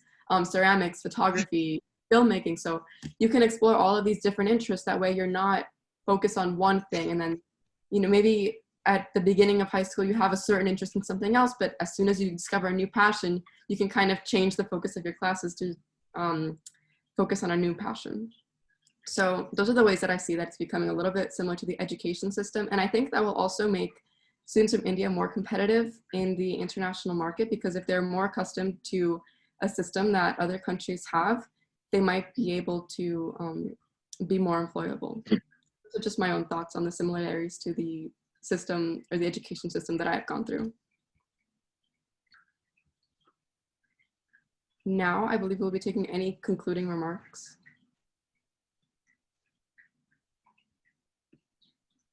Aditya, if you would also like to speak for concluding remarks, you're open to do that.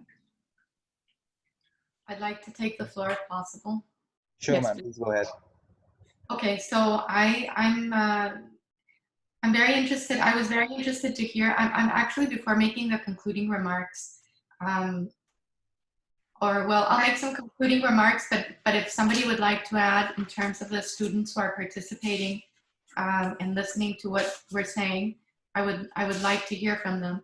One of the remarks that was made by one of the students, which called my attention, was the pressure that they're feeling for exams, because one exam will determine their future in terms of access to university, and an exam can't be determinative of your whole future, in my opinion. So, for example, universities in the US, including Harvard and many other universities, are not relying so much on the SATs and the ACTs.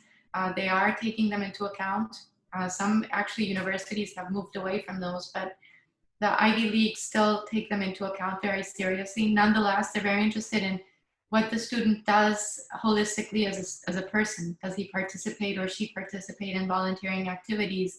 What kind of interests do they have outside of school? Do they have sports? Do they have any other passion, art, whatever it may be, which I think gives a better sense of what the person is interested in and could be passionate about in the future. And I'm also, I take the note from Keshav that many of the high-tech companies are now hiring people which are not even in the STEM field, creative people, and people who haven't even finished college based on their ideas. And I think that's also a very interesting prospect. And I do feel that to some extent, educational systems might curtail people or stifle them if they're too regimented. So for instance, there are two schools here which are led by the government, which are very highly regarded. They're very competitive schools, but they're all technically oriented. So once you begin the STEM field, then you have to stick to it. Or if you do art school, then you have to stick to that. And I don't think that people get a well-rounded education when they're that young. And they have to be able to decide if they want to shift from one thing to the other, or if maybe there could be cross-fertilization between science and technology. As you know, Steve Jobs was very intent on graphics, and he had some calligraphy lessons in college, and that's how he developed the fonts for his software and his computer, Apple Mac computers. And you know, the whole look and feel of his products was based on his feel for the aesthetic part of things. So I think that that's interesting.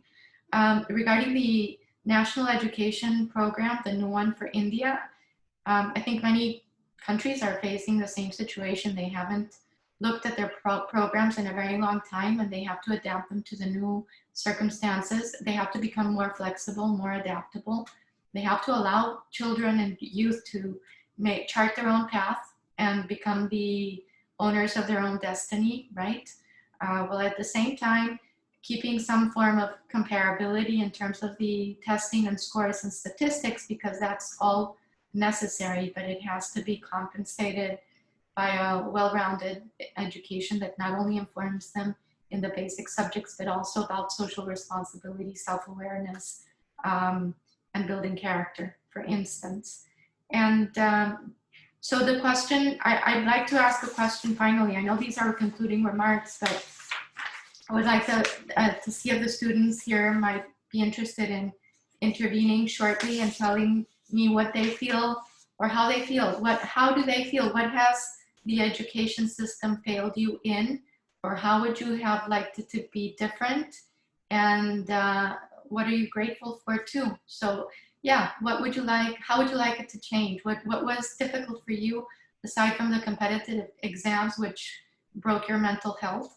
By the way, I just want to tell you that here in the United States, you know, Indian students always make up for a challenge because you are so disciplined and hardworking that when they come to school here, everybody felt left behind. And for me, I led the interns in the UN office that I had. I was the deputy director and I was in charge of the interns. And I have to say that if you ask me whether I want a brighter student or a more disciplined student, I would have to say a more disciplined student, because somebody can be very bright, but if they don't put in the work, it's useless. And that's what I tell my daughter. You can be very talented, but if you're not disciplined and you don't put in the work, you know, you might as well be in the streets. I'm sorry for being so blunt, but I see lots of wasted talent, you know, who are people who are homeless now. So I think there has to be a balance between talent and discipline and rigor. And striking that balance isn't always easy. So I'd like to hear from you if you want to speak about that, and then we can conclude. Thank you.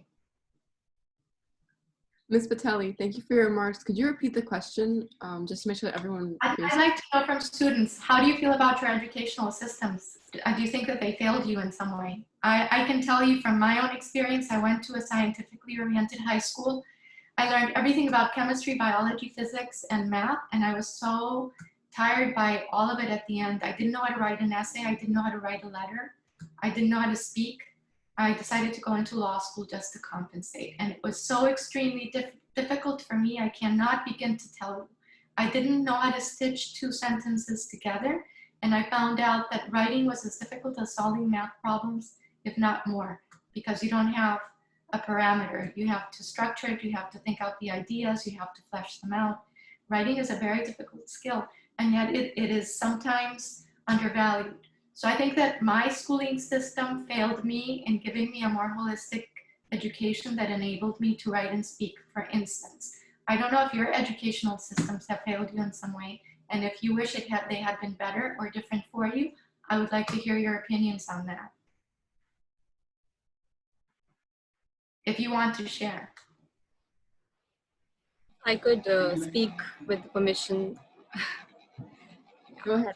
So, yeah, I would just like to say that more than the obsolete education system that we had earlier, the mentality of the people in India is, you know, still changing, and they have like a thought process where, you know, they keep on thinking about how you know, the industrial evolution education system that we had, like they focused more importantly on how engineering, law students, and mostly accounts department, these three streams that was there earlier, they focused on that, right?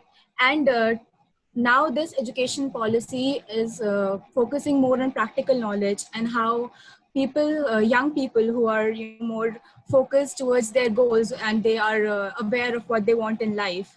they know how important their dreams are to them. And with this change in the policy, they'll be able to have a practical approach in the field of education, and they'll be able to learn subjects which wasn't possible earlier in that aspect.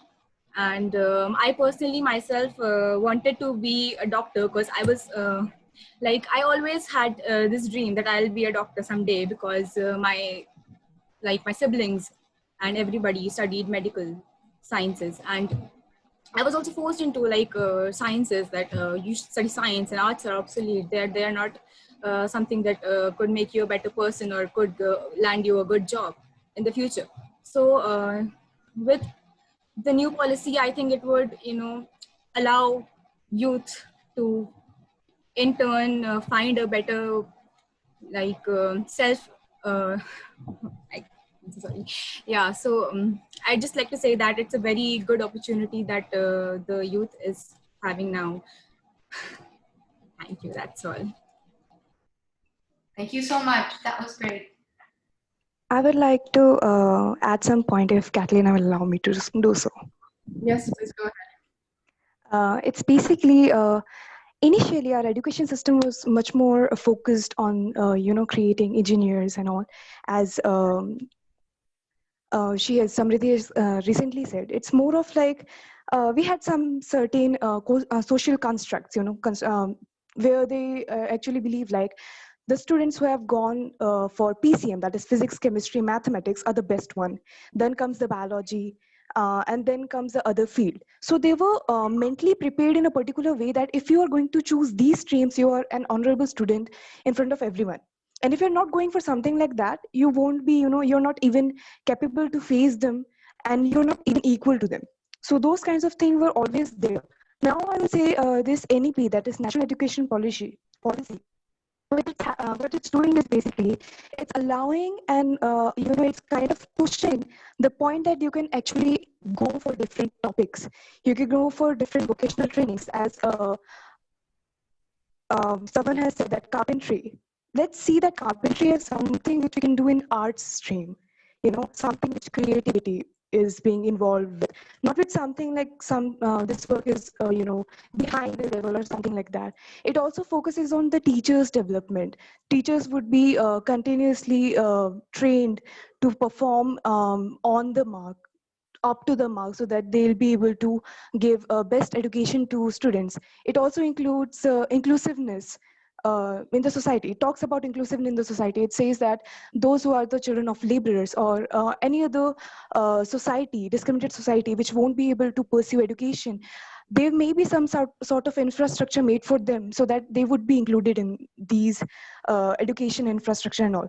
So I guess this policy is kind of putting all those points which we were not exactly giving our focus or focusing about. But again, the main point over here is we have to wait, as it has to be implemented, and then we can actually see how much it actually does on what it says. Thank you. Thank you very much. I believe Vaishnavi, I'm sorry if I pronounced that incorrectly, would like to speak now. Yeah, thank you so much, Catalina. And it's Vaishnavi, yeah. Okay. So good evening, everyone from India.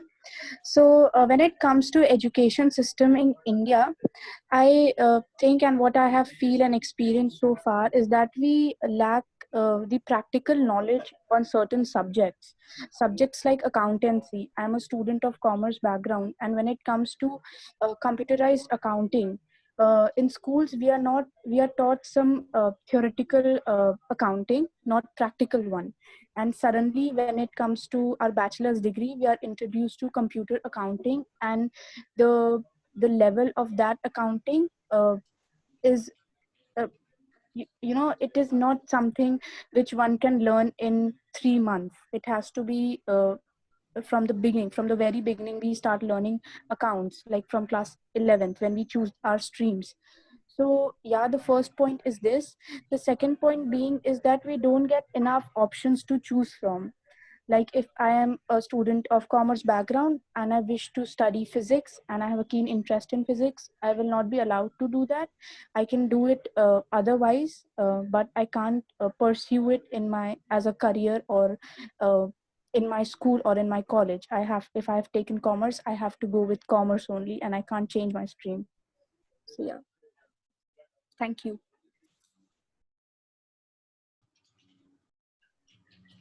Thank you for your comments. We will now be taking any concluding remarks. Yeah.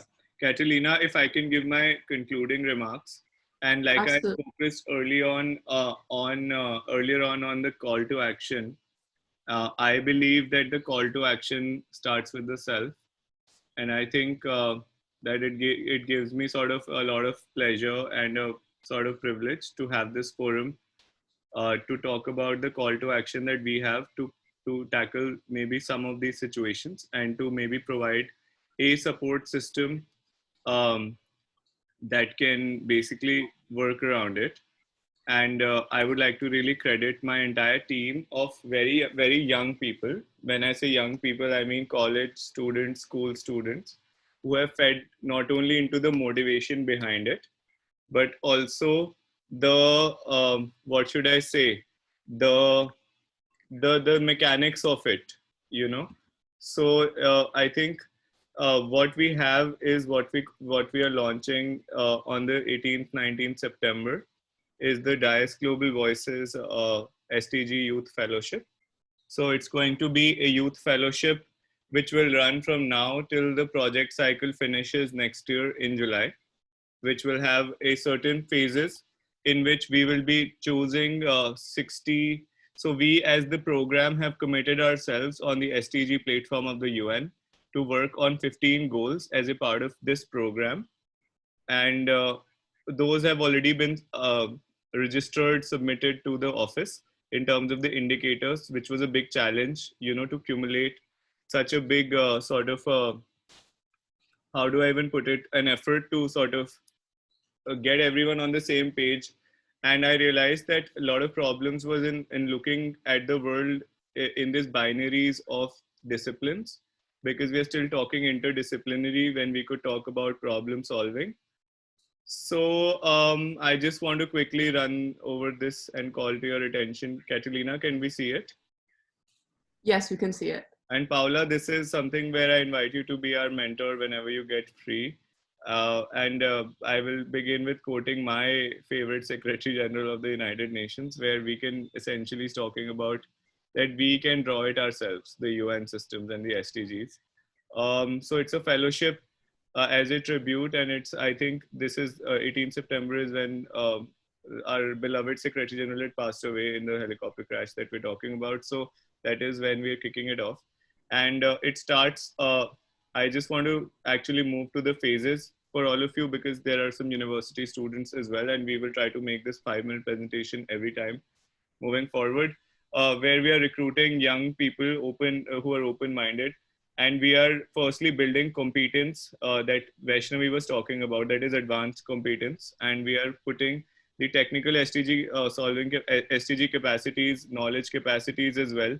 Because I have seen the big challenges that young people think they know SDGs, but really they don't when they look at the indicators and targets or their own government policies. So they're often not aligned, and they're operating in their own bubble of actual SDG agenda of the UN.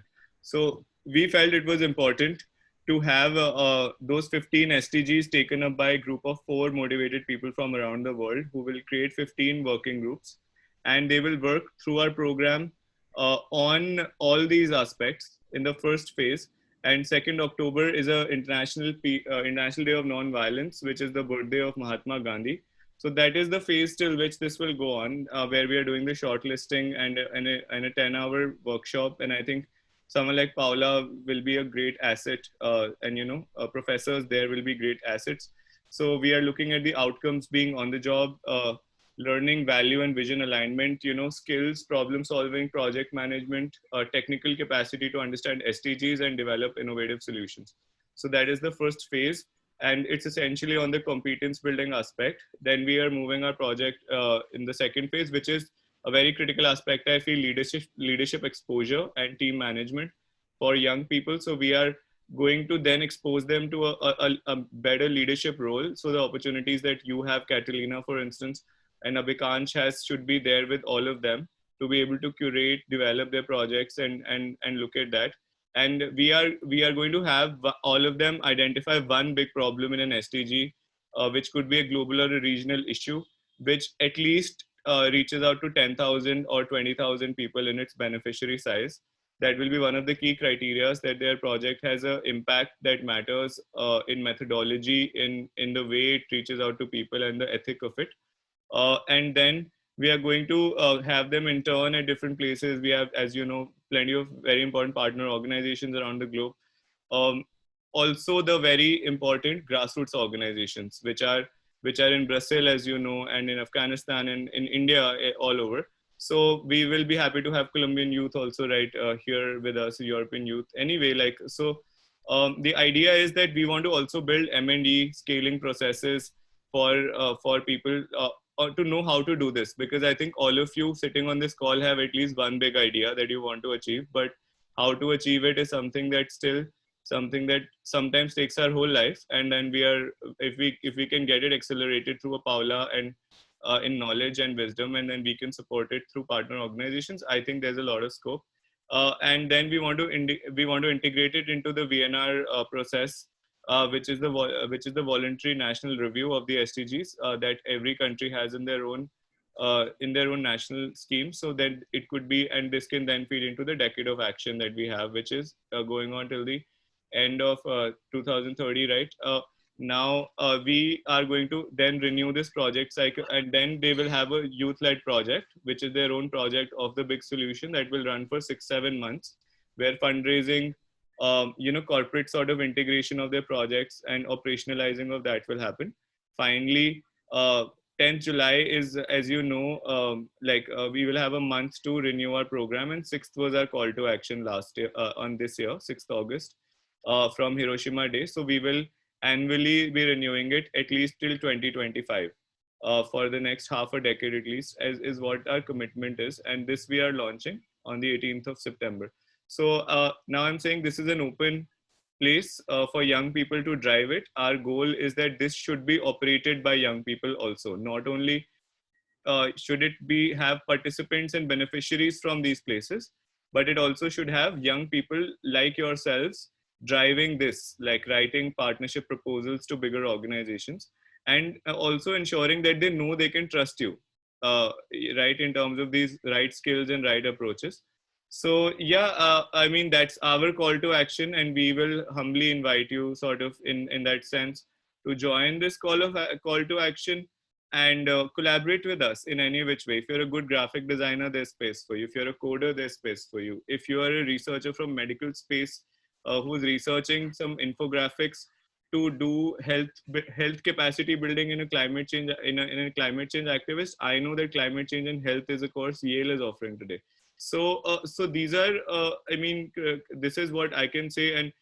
And then, like, I will say that in my conclusion, if any of you want to get on board, then you know that we are fairly accessible, and we will be obviously sending all this information in the briefing calls. So thank you. Paula, I would love to know your remarks also. Yes, definitely. I'm all for empowering young people. Did you hear me? I'm sorry. Yes, thank you. Yes, we did. Thank you.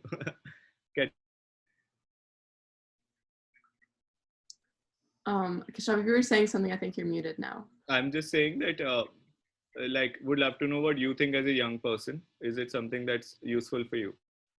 I think it's a great opportunity, like looking at it. I think many students or many young people are very passionate about trying to fix the world's problems. I think if you just look at social media and how many youth activists there are, and how many like young people, at least in my community, are so passionate about social justice issues, but they don't have the means to take action on them, or they don't have the resources to get as far with their goals as they would like.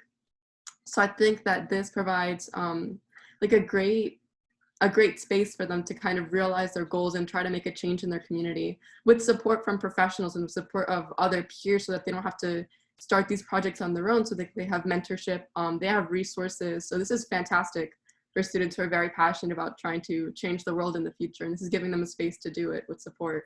So it seems like a fantastic opportunity. You're one of the model students for it, Catalina, on which we are modeling this fellowship. You're very sweet, Kashav. Thank you. Would love to know what others also think, students, especially young people from India, because we are an organization like 50 kilometers away from you. So while we do reach out to Catalina, we also have a deep sense of gratitude and partnership with all our partners. So, but for that, you need to take initiative, guys. We've been pushing you to talk, and this is your opportunity.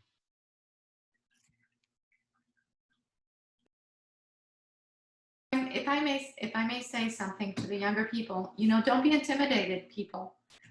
You might think that I was always as eloquent. I'm not very eloquent, but more than I was when I was 15 or 16 years old, for sure.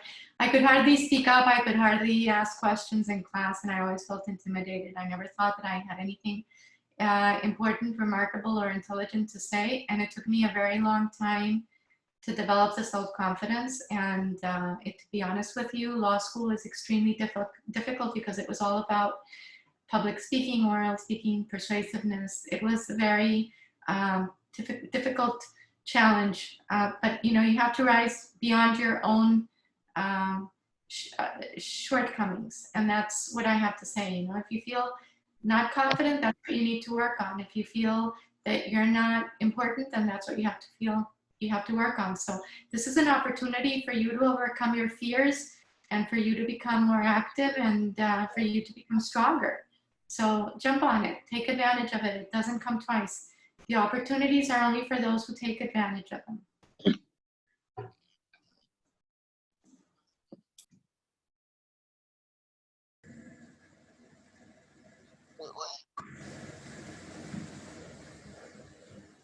Very true, Ms. Betali. If there's anyone who would like to comment or any remarks.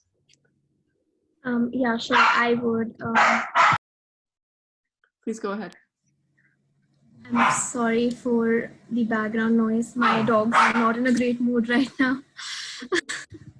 So first of all, I think that as ma'am mentioned, I think I have been that one person who's always been, when I was in my ninth standard, who was always there in these rooms sitting quietly all throughout whenever there were some meetings happening, because I always used to think that when I am going to speak in front of them, maybe they do not like what I'm saying and they do not want to hear me and they'll make fun of me after that.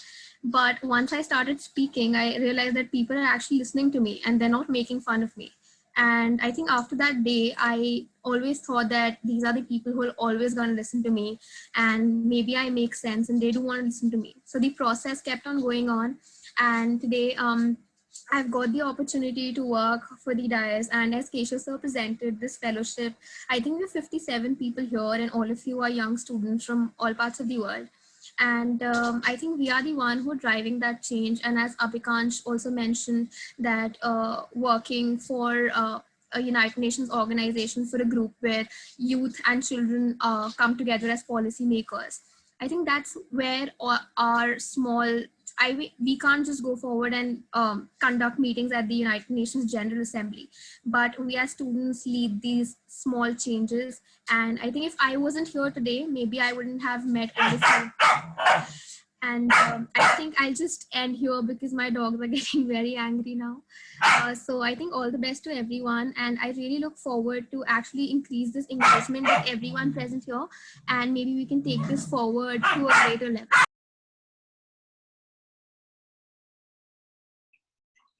Thank you very much for your comment. And don't worry about the dog in the background. I understand. Any more concluding remarks?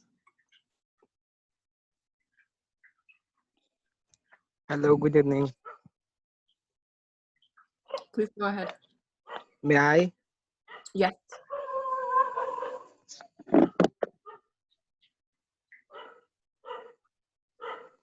I am Anuj Anand from Sharda University. I am a law student. We are discussing about the National Education Policy 2020, and I'm going to talk about pros and cons of the National Education Policy 2020. The National Education Policy on the Education is a policy formulated by the Government of India to promote the education amongst India's people. The policy converts elementary education to colleges in both rural and urban India. The National Policy of Education was drafted in 1986 and updated in 1992, and a number of important and significant changes have been made in 2020 after about 34 years. Well, the draft of its 1,108 pages have been described by the first education policy of the 21st century, which aims to meet the essential requirement of the development of the country. Among the major reforms of the 10+2 structure in the schooling system has been replaced by 5+3+3+4 structure. It will include 12 years of schooling and 3 years of encouraging and preschool. Well, in the new education policy, the system and the students may receive scholarship and good support from the state government. It is believed that new education policy will force on the children's health even. If the scholarship provided in the system are removed, then it will discrepancy affected education of girls. The second disadvantage is the member committee formed by the Union Ministry of Human Resource and Development who will frame the policy, since the committee consisting of the bureaucrats and there is just only one education list. The committee should also have been representative from all the states, as the education scenarios in India are different in each state. Thank you. Thanks. क्या हाँ Thank you for sharing. Would anyone else like to speak? Nice to meet you.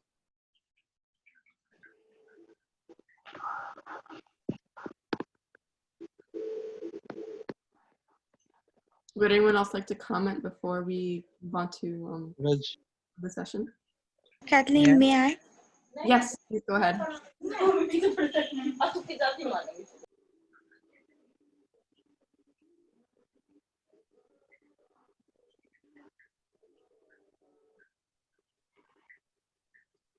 You can go now.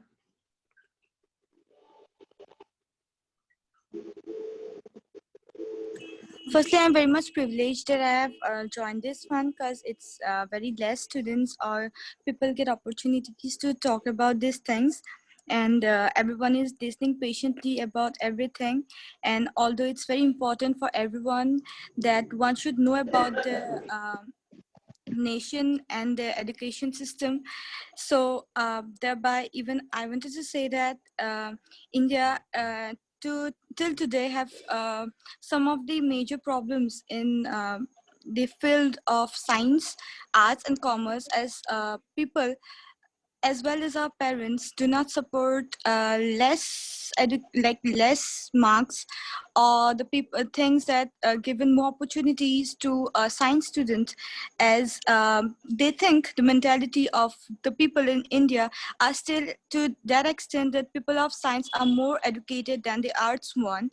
And thereafter it's very important to know and let the people aware of this thing, that out of India the things are not like that, and it's broad enough that people can, if one is interested in any field, they can achieve anything in the world. And so in this way we are making up awareness, like we are proving that things can go on and have a betterment in every aspect.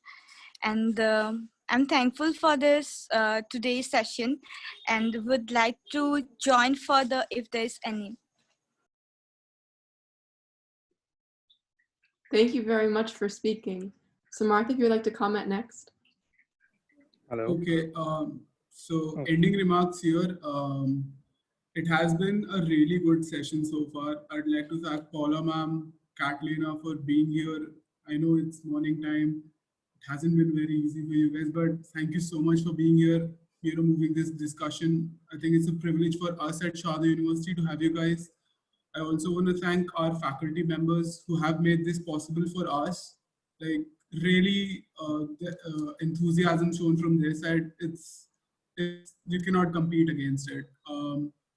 What a great session so far. So thank you from my side to everyone, to Keshav for presenting us with this opportunity in the very first place. So a big thanks to him, my partner Abhikansh, and all the team members of Environment Club that are here. A big thank you to everyone. My closing remarks are very simple right now. I mean, we've all talked about how the policy is working and how it promises a lot, how the policy has so much to offer. But I just want to bring to attention that there are certain aspects of it that I think we should question a bit. Because as the youth like we are right now, most of us, for like a lot of this youth that's upcoming, this policy is selected for them. They don't have a lot of control over it. And like with Keshav said, the youth should be more there should be a lot more participation from the youth. They should be able to decide what are the decisions being taken for them. And I think that's really important. And I think from speaking on behalf of Environment Club Sharda University, I think a lot of us would be interested in being part of the process, being part of what Keshav has to propose to us, and a lot of the other youth that is out there that is unknown to what he's trying to propose here. So thank you to Keshav again for that. Yeah, so coming back to what I was trying to say here. Yeah, thank you, Samad. And I also just like to add something on behalf of the university. Yeah. So thank you everyone from the DIAS team. Thank you, Aditya. Thank you, Keshav. And apart from all the thank yous to all those people which Samad has already given, I would like to thank the internal team of Environment Club as well as Samara for summing up the entire documentation, the entire rights, and all the things that we have to do, all the obligations from our side, and bringing all of us together for this event and planning everything that made this into action. So thank you, Samar, and thank you everyone from the Environment Club team.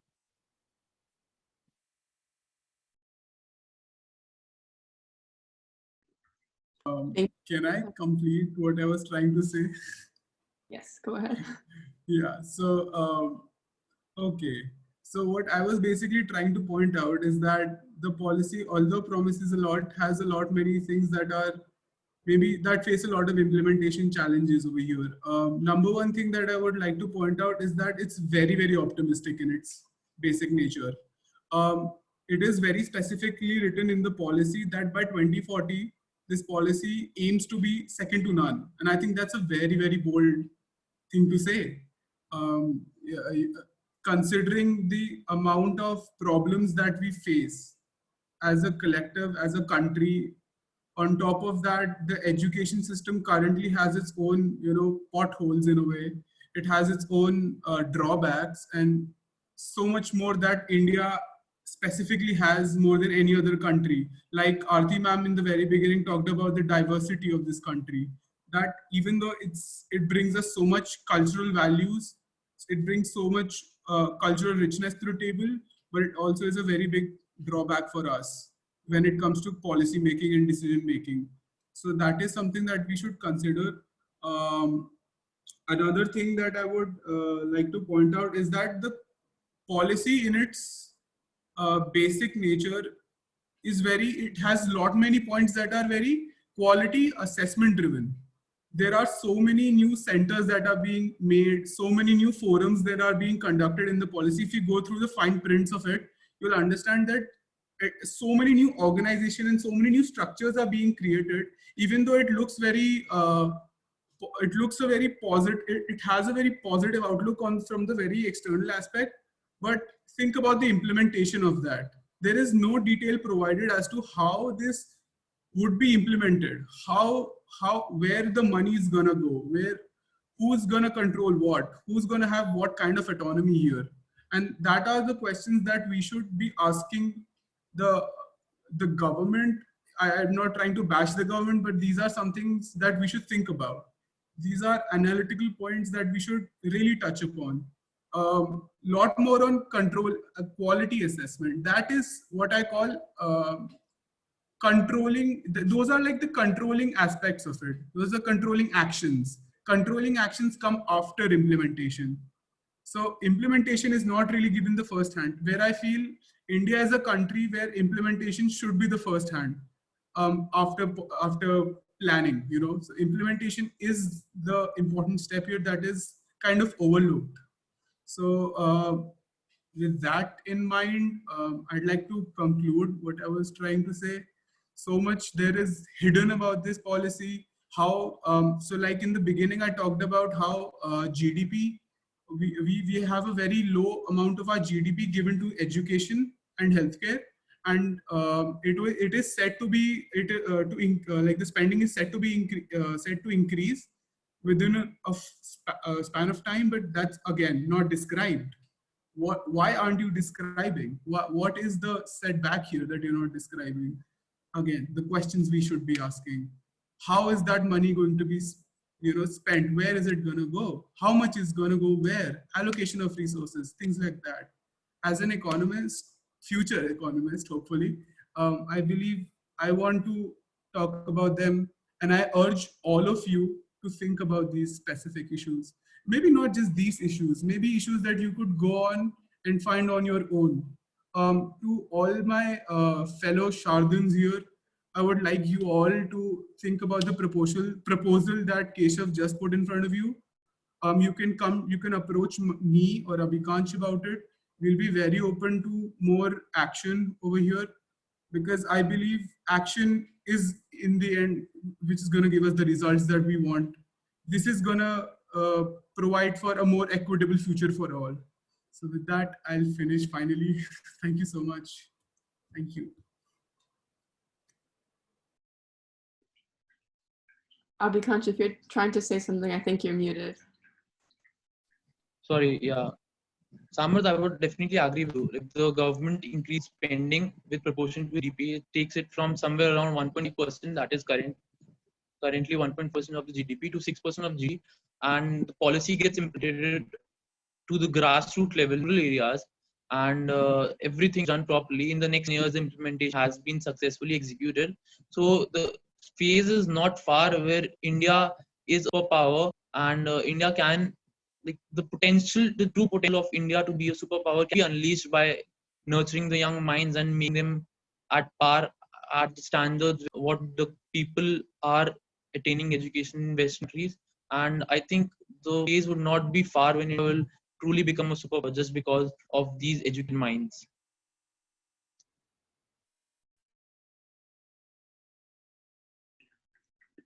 Thank you very much for sharing. Aditya, if you'd like to make any concluding remarks.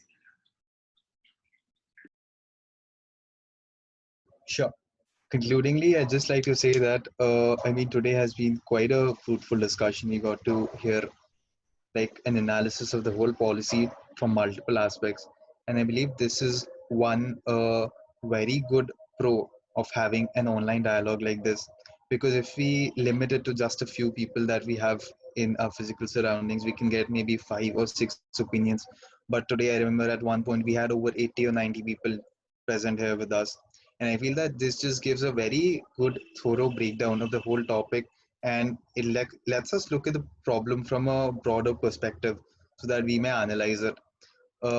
Concludingly, just like to say thanks to all of our partners. I'd like to thank the DICE for coming up with the whole idea of the Global Voices program. I'd like to thank SBI Foundation for being a partner with us. I'd like to thank Fridays for Future for being a global partner for the entire organization. I'd like to thank Sharda University, the regional partner, and Bitsman Goa, the powered by partner, for the education dialogue series. Not wasting much time, I yield the floor back to you. Um, Sorry, may I make a suggestion? I'm just thinking here aloud, Sure. but uh, since there's such a great detail of discussion and inspired by what Samar just said regarding the NEP and the fact that maybe the Indian youth should be involved in saying something about it, how about you take the lead in terms of summarizing this conversation with inputs from the people that have spoken, from the students that have spoken, and you can provide a summary with the suggestions and recommendations that you as youth would like to make, right? And that could be disseminated, but mostly it should be focused on your recommendations, your views, which could be expanded in writing, through email or texts amongst you regarding what you would like NET to reflect. And then how could this fit into the overall purpose of the DIAS dialogues? Well, we were discussing the role of educational institutions in the prior dialogue. Having an outcome where the Indian youth speaks about the NEP and gives recommendations and talks about the shortcomings of the present system is like is a very concrete output of this effort. So if you guys would wish to summarize this with your own thoughts and reflections, it would be amazing. I mean, and the focus of it should not be my keynote speech. My keynote speech just facilitated the thoughts. I think the summary should be about what you think is important as a mechanism or as a means to convey these ideas to the decision makers in your country. And Paula, that all of this can also be published at the FOG's website, where all the Global Voices program key sort of updates go. I think I'm so happy that 50 people are still here. So let me give something that gives you what the next step for this could be. Now from India, we have moved our discussion. Next dialogue is on the 10th of September. That is at a South Asia level. It's going to be an Indo-Afghan dialogue on access to health and education with regards to conflict, the pandemic. So it's a very interesting dialogue where we have two partner universities from Afghanistan, different cities, and a university of. Would you please repeat it? Yes, what partnering? Okay, so we are having our next dialogue on the 10th of September. Aditya is going to post the details with you, and we will be sharing it with the Sharda University team, and all the RSVP links, we will be emailing that invitation to you. But that is going to focus, and we are, I'm so happy to tell you that 2 days back, we have also gotten support from the UNESCO Delhi office. So in terms of your solutions, we can also put them across to a paper which can be submitted here to the local office, and we will be happy to also, like Paula had said, I know that this is a difficult sort of a thing when you have to write a professional paper, if you think. So we will be happy to do a 1-hour workshop with you where we can tell you how that happens, structured, what you can do, and then once you've prepared it, we can have a 1-hour review for that with you. So then you can review it and you can submit it to us. And then when the meetings and the submissions happen, we will be happy if you yourself lead that, and we can facilitate the communication with you, with the right people. But we will be happy if when COVID tides over, if this can be taken up as a larger thing. And all 6 dialogues that we have are thematically placed around this thread of SDGs and the education institutions. So moving forward, if the administrators would like to later on commit to taking those things in practice, whatever parts apply to them, maybe through one pilot project, small pilot project that could be youth-led. So I think someone like Abhikansh or Samarth or Aditya have proven the impact that they can have globally by facilitating such dialogues, because it's literally these 5 guys on a WhatsApp call in the night trying to work it out every day, and Zoom calls. So they have leveraged technology in the COVID pandemic time, and that very due credit to Dr. Sani, right, and the entire club's administrators who also got that done on through Zoom calls and so on. So I think that mobilizing is very important, and so many great ideas have emerged, and we will be we commit ourselves, Paula, to taking this ahead with the young people.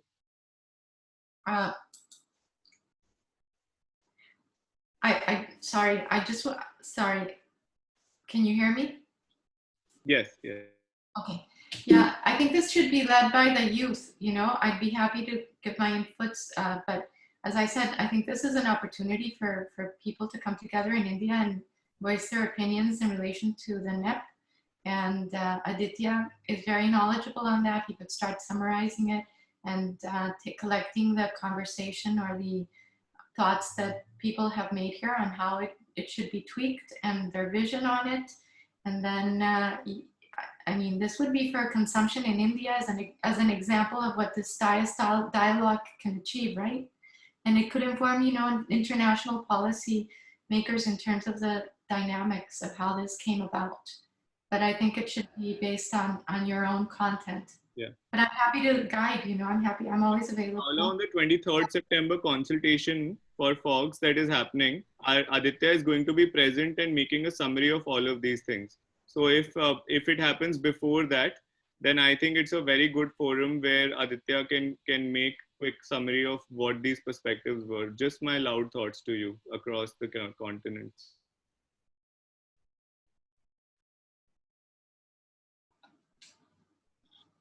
Catalina. Okay, just to say my own concluding remarks, I'm so thankful for the opportunity to have been here today and to have been able to be a moderator for this dialogue, because I've personally learned so much about the education system in India and the NEP, which without the dialogue I would not have known. I would have not heard all of the perspectives from students just like me in India who have such vastly different experiences than I do, just because of our location in the world, even though we're the same age. So it's really interesting to hear all the different perspectives. And thank you so much, Kashaf, for giving me this opportunity. Thank you for all of the participants and all of the panelists for coming and speaking and sharing your thoughts, because they're so valuable and I've learned so much from them. And I believe everyone else here has learned a lot from them as well. It's very valuable and it was a very fruitful conversation. So thank you for everyone who participated. Thank you, Catalina. You were a fantastic moderator, like always. And I think more people are always inspired by you, not on those Zoom calls, but also live streams, on how I think those are not just young people, on anyone who has the fear of moderating. And I can tell you that exists at 35 also. It's not something that is easy. So congratulations. And again, like big congratulations to Abhikansh, Samarth, Aditya, all the team members of the Environment Club, all of you who have come. And I think these are places where real conversations, real solutions can begin. So this can take a very good shape if we act now, as Paula has guided us, and all of us have invested these 3 hours into a very critical dialogue in our dialogue series. And then the next dialogue is on 10 September. So for those who want to join in, we will be posting the details. And this dialogue will be uploaded on YouTube besides being live streamed on Facebook. So if you want your friends to watch it or people to watch it, then that's a link that we will be sharing with all of you. And we will also eventually in the coming months putting in snippets with shorter videos of keynotes. So Paula's previous keynote is already on the channel. We will be sharing those details with you. Thank you so much and have a great day ahead, Catalina. Paula, thank you. We hope that you have a stupendous day, and for all of you here, you have a great evening ahead. Enjoy your dinners and see you guys soon. Thank you. Thank you, everyone.